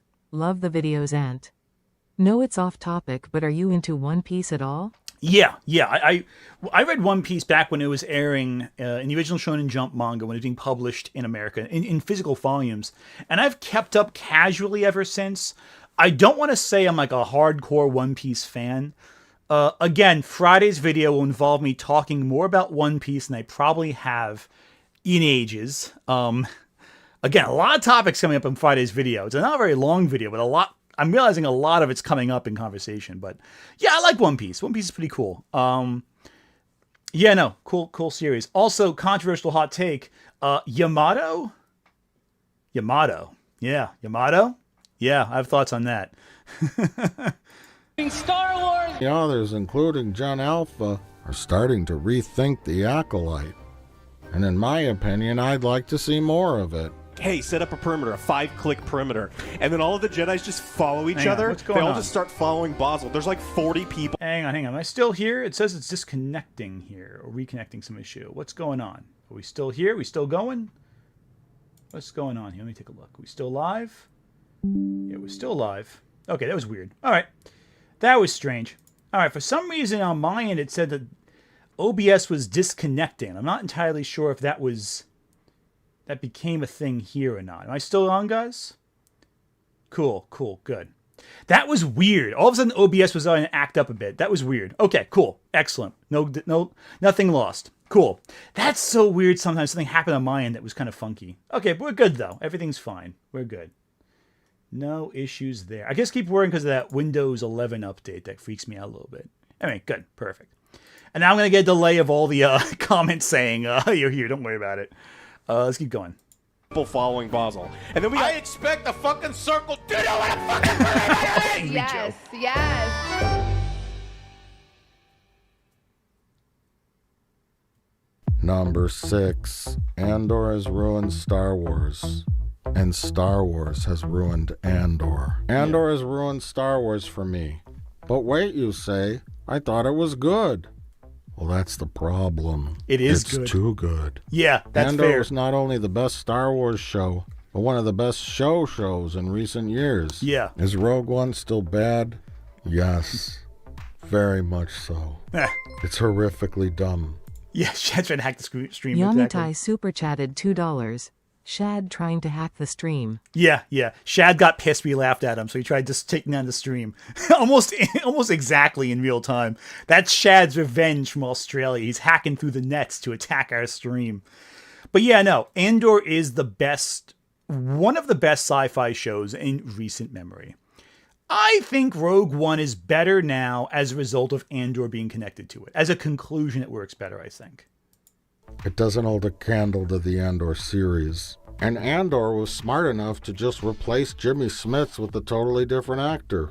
They didn't feel the need to make him a dated and embarrassing cartoon. Yep. I gave the audience credit for being slightly intelligent. Anyway, Andor is the perfect science fiction show. A show that accurately reflects the historical struggles of the oppressed and the oppressors that oppress the oppressed. Concepts of tyranny, fascism, bureaucracy, freedom, rebellion, resistance. Exactly. Nick Wolf super chatted $2. Vader hallway still cringe. Change my mind. I like the Vader hallway fight. I hate when people talk about the Vader hallway fight. Because people are like, oh my god, this is the best thing ever. This is how Vader should always be. And it's a cool scene in isolation. It's a cool scene. But Tony Gilroy has talked about how, like, he never wanted to use Vader in Andor. Because what use is there to have him in Andor? He's just not useful in that show. Vader is not someone you should just bring back every 5 seconds for Star Wars. He's very limited. He's very specific uses. Why keep him around? He has uses, but not a ton of them. The Hylian Minato super chatted $10. Man, I know everyone says that Andor is the best, but I do not fucking care. Cassian had the personality of a brick, and Palpatine and the Empire comes back anyways, so what's the point? What's the point of anything, really? In life, you know? Gage M super chatted $1.99. It's like how Clone Wars improved the prequels. Exactly, 100%. And the thing is also with Andor is that it's about small acts of rebellion that build up to a larger wave. You you look at it this way. What's the point of rejecting certain German National Socialist groups? They come back anyway. Well, because in that moment, that generation, that timeline, we're able to push back against that for just a moment even. And if we stagger evil and delay it and delay it and delay it, eventually joy can come in the moments between horror, the moments between uprisings of power and danger. That's what Andor talks about. It's always essential to continue fighting because hopelessness comes only when you give up. Tolkien described history as one long defeat, that you're only one defeat. Eventually, everything will crumble. Everything will fall apart. But if you keep fighting, you can delay that defeat just a little bit further and have life in the meanwhile. Have a lifetime in the meanwhile. That's what matters. What's the point of anything? If evil rises again, well, Because in this moment, this period of life right now that you're in, you are alive and enjoying the benefits of life. That's what the point is. Yes, evil will one day rise and destroy everything you hold dear, but for right now, you are alive. That's the value of it. That's my speech. Small one, but there you go. Great Bar super chatted $6.73. And he would have Vader talk about sexual assault. Of course, you know that thing he care about. Yeah, exactly. Vader really cares about about the individual sanctity of people's lives and all that. Yeah, Vader is Vader's a monster.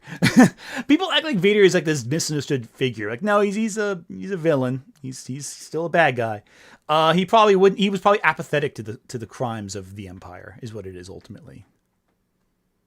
Anyway, back to this. All without being too on the nose or preachy. Yeah. And a main character whose arc is very well developed over 2 seasons. Mm-hmm. Throw in some awesome spy stuff, amazing and smart adult dialogue and situations. Yep. Fantastic acting, tense and awesome action sequences, and you've got yourself a great fucking show. Yeah, 100%. Oh, I always get that scene. It's so cool. However, whenever they say Palpatine or Death Star, I laugh. I spoke with Emperor Palpatine last night. Yeah. The show really isn't Star Wars per se. It's a smart dystopian sci-fi show with the Star Wars name on it. When seeing the absolute brutal reality of this universe, and I think back to the wacky adventures of Luke, Han, and Leia, it doesn't quite mesh well. No. The Flash Gordon serials don't work well as a continuation of 1984. So what's the problem exactly? I guess there really isn't a problem. The show is called Andor because it's about Cassian Andor learning to become a rebel. And while at first he's an opportunist looking out only for himself, he changes into a man that will give the ultimate sacrifice to save others. A sacrifice he gives to a cause. A sacrifice that caused him years and years of endless suffering.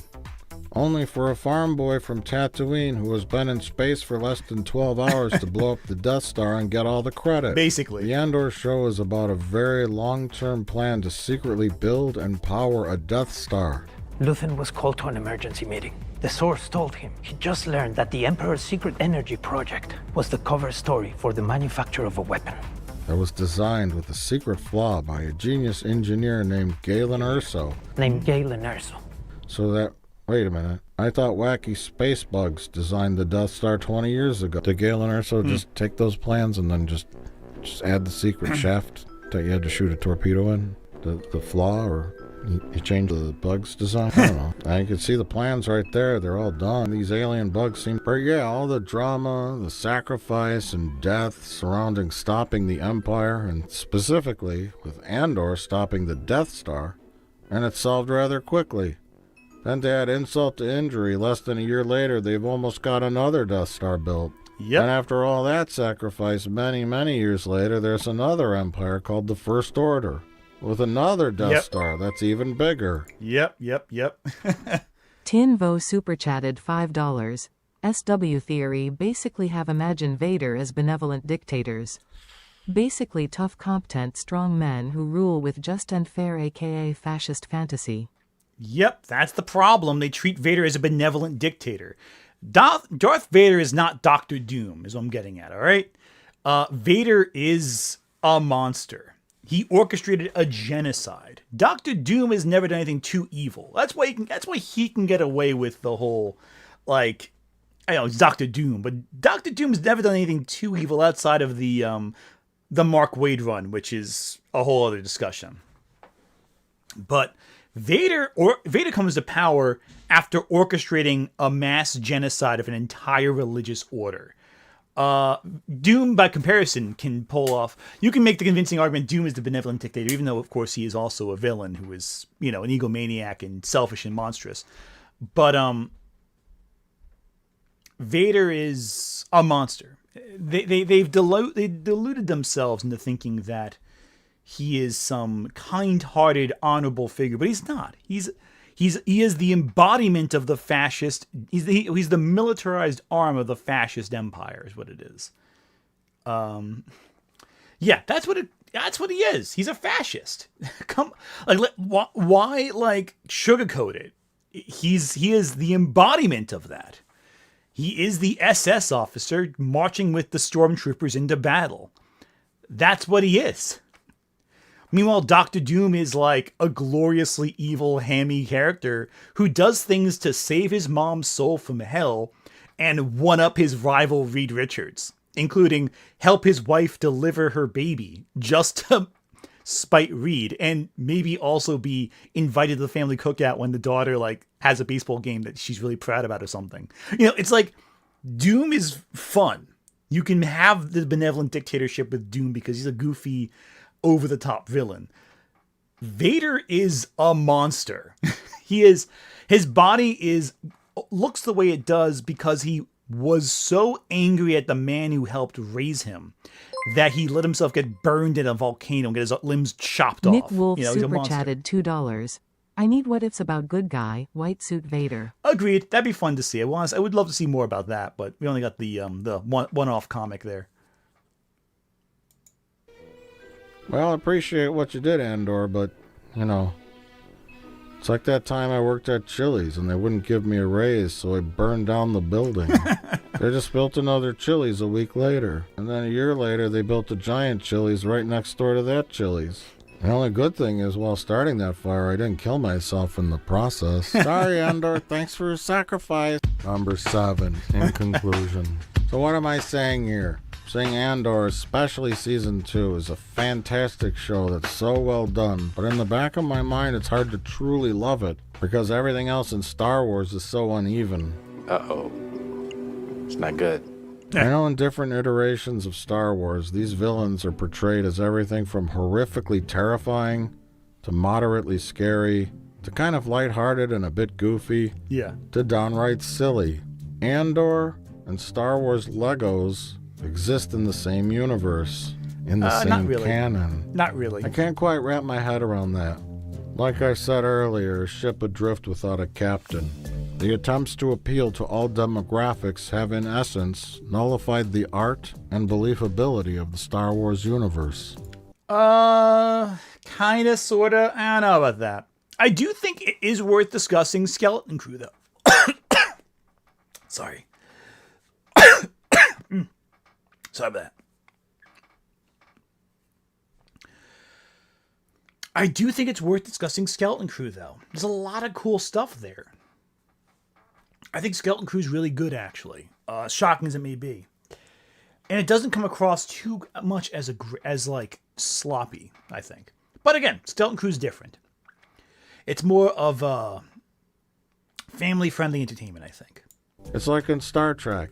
From the original series all the way to Star Trek Enterprise, they kept the universe and canon mostly intact, with a few forgivable exceptions. Those are Klingons? They are Klingons. And it is a long story. Then everything changed post Star Trek 2009 and onward. From singing and dancing, to bizarre misunderstandings of canon, to puppets. Everything turned into shit. In Star Wars after Disney, it was kind of the same thing, minus the spaceships and locations. At least they respected all of that. I love the look of Andor and the 1970s technology. No need to add this kind of bullshit and fuck with something that was just perfect. There was no reimagined Millennium Falcon from one time period or different universe or any shit like that. It's the same damn ship and it always looks the same. I guess as most movie franchises expand, they start to fall apart. This is really nothing new. Different creatives. Again, that's a problem with the modern landscape. We are kind of forcing these things to become bigger and bigger and bigger. I don't agree with Red Letter Media on all of new Star Trek. I think some of it's really good, but it is definitely divisive. And Lower Decks is the best part of it. Just saying that right now. But yeah, no, a lot of this is divided, expanded. I don't have a problem necessarily with expanding the lore. I think it's interesting. It's dynamic. so long as the core story remains the core story. I just think a lot of it's bland is the problem. Different artists, different writers, different attempts to appeal to different demographics, blah, blah, blah. Nothing can be truly perfect. Along the way, someone will always fuck something up. But what are next for Star Wars?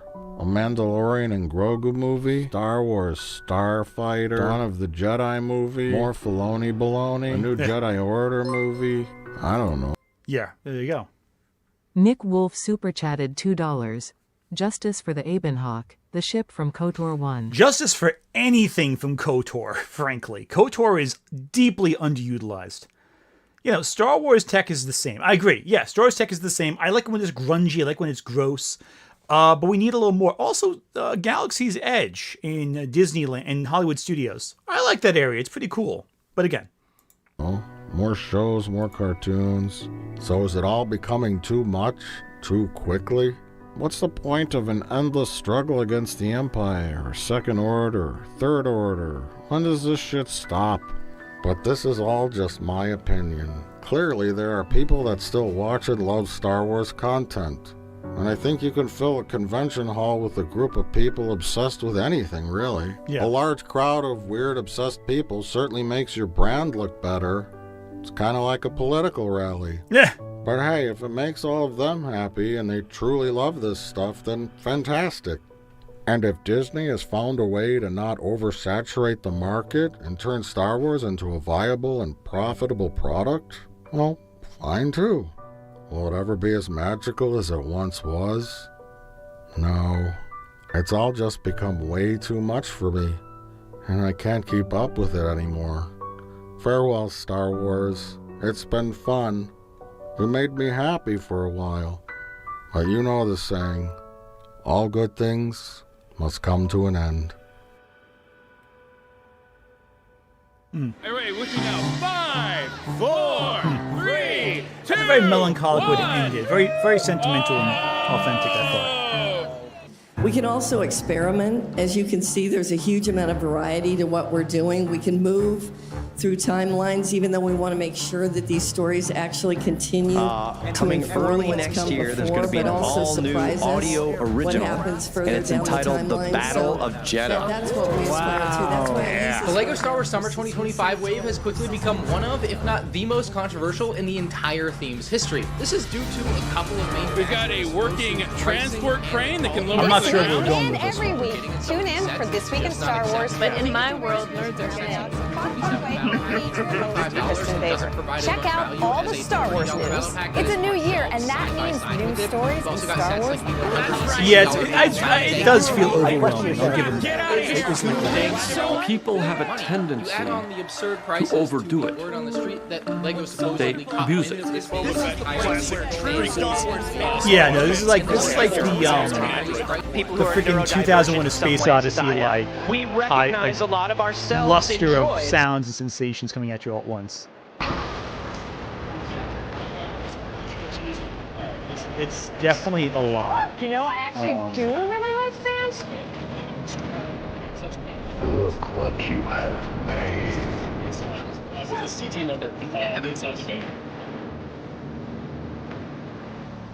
It's definitely a lot. It is definitely. Will always be with you. Do you get more Lucas at the end? No? Anything at the end there? No. Cool. That's fair. Do they credit... Do they not credit, Somehow Plinkett returned, yeah. So, let me share my thoughts on that, because I feel there's a lot to unpack there. I thought it was a pretty good video, honestly. And I don't disagree with a lot of it. I think a lot of it is very much like old man yells at sky kind of vibes, but I don't think it's necessarily a bad thing. I just think it's a little overwhelming. I think I do agree. Star Wars is a lot. It is so much right now. But I do think it might be a little bit overbearing at times, I think. with how much Star Wars is coming out, I do have a hard time coming up with new things to say after Andor, because Andor is so good. Ooh, what we got here? The Hylian Minato super chatted $5. Genuinely, how are people still Star Wars fans at this point? Are they just addicted to slop, or am I just a joyless, jaded, and bitter asshole? People like what they like. Don't try to understand it. It's not going to work. You'll never figure it out. Mellow Boy super chatted $3.61. Star Wars can't really be completely reinvented. Whereas a franchise like Transformers has to be reinvented, reimagined every couple years. Yeah, that's also true, I think. I think Transformers survives through reinvention. Star Wars, I think, just needs to expand beyond the Empire. Go back to the High Republic. There's some cool stuff there. The High Republic era is really interesting, I think, for Star Wars, because it can actually do cool things with the idea. Or go beyond. I think the idea of exploring post Rise of Skywalker with Rey, there's some potential there, because you can actually explore that timeline more. Reinvent a new era. I think the problem is Star Wars is so bottlenecked in the post-Clone Wars, but pre-Return of the Jedi era, that we just hyper-fixating on that moment. We've kind of stuffed that story with as much content as we can get out of it. You know, it's a little too much at this point. So we got to go somewhere else. We got to do more with it, expand beyond. And there's a lot you can do with that. I mean, look at Gundam. With Zeta Gundam, it went beyond what happened in the Universal, in that whole, 1 year war. Larry Banks super chatted $10. Anyway. My pet peeve about the RLM vid is that Plinkett still has an animosity towards Ryan, as it feels like they paint him in such a negative light compared to how they mellowed out with Lucas. I agree. The Rian Johnson stuff is really ridiculous, because I think The Last Jedi does a lot of good stuff. It did try to expand beyond the limitations of what was before. And I think the problems are that The Last Jedi just didn't... It tinkered a lot with childhood nostalgia. Some people got really upset by that. I don't care. I don't care if it made your childhood, feel a certain way or not. I think it's better to have that kind of push to excel beyond what is familiar. You got to break out the limitations of the familiar to tell something new. Show us my back of my throat there. By pushing it forward, you can actually do new things with it. Let me wrap upstream too. My hands on my back of my throat there. Sound like Beetlejuice there. But yeah, no. So to wrap up, not a bad video. I think it was a pretty solid video. I don't agree with all of it. I really don't agree with his take on the Last Jedi, but I don't have much of a problem with it. That was a pretty good, solid video. And I think it's important the video pushed against the stupid nerd shit that keeps consuming this discussion. And I say this as a stupid nerd. It's so hyper-fixational and Poindextery and bullshitty about how much small little hyper-fixations we have about like the dumb stuff about it. All the minutia. What should matter is the lore compelling? Is the narrative compelling? Are the characters compelling? Whether or not the continuity is perfect or gets retconned from what was before in an older continuity is irrelevant. How old is Ki-Adi-Mundi? Who gives a shit? Are the fights perfect? Are the fire in space, does that make sense? Who cares, No one knows what they want, so they hyperfixate on dumb details. Just make sure the narrative flows correctly and opens the door up to interesting ideas and questions that are worth discussing and analyzing. The rest, as they say, is silence. It's not important. But that's my opinion. You're entitled to your own. If you don't agree with me, that's fine. But I'll say this. It's been a very successful evening in terms of streams. Thank you, everyone, for showing up, and thank you for the generous super chats. I did not expect that goal to get crossed in one day. That's impressive. That was like a 2-day goal. But I guess. Oh, wow, a bunch of super chats at once. Wow. Gavin Caruth super chatted $2. Late to check those Honeycutt vids, unfortunately. Yeah, a little late for me, and I keep gagging on like I don't know what it is. 1x2 Studios super chatted $4.99. Honeycutt video next? Really want to see your opinion on it. It's very thought-provoking. Has lots of sources cited like an actual essay. another night, I think we'll do Honeycut, because that's like a lot of content. User 225 super chatted $1.99. Oh, wow. I want a show that portrays Coruscant like it's NYC. Oh, yeah, no. So would I. I would love that with Coruscant. Larry Banks super chatted $10. Also, if you look up the previous EU, a lot of their plot lines tend to be similar to the OT and PT in characters, plot, and themes, and how there was an overflow of content, but mostly to books. Yeah, no, the old EU is interesting because I think a lot of people forget that Heir to the Empire was the best story in that timeline. Ignoring Knights of the Old Republic, which is by far the best part of the old EU. The Heir to the Empire, the Thrawn trilogy, that's the best part, by a mile. The Wave Runners super chatted $5. This stream was the most disappointing thing since my son, also, check DMS, made something. Okay, I'll share this one with everyone. Okay, this is good. Wave sent me this. This is funny.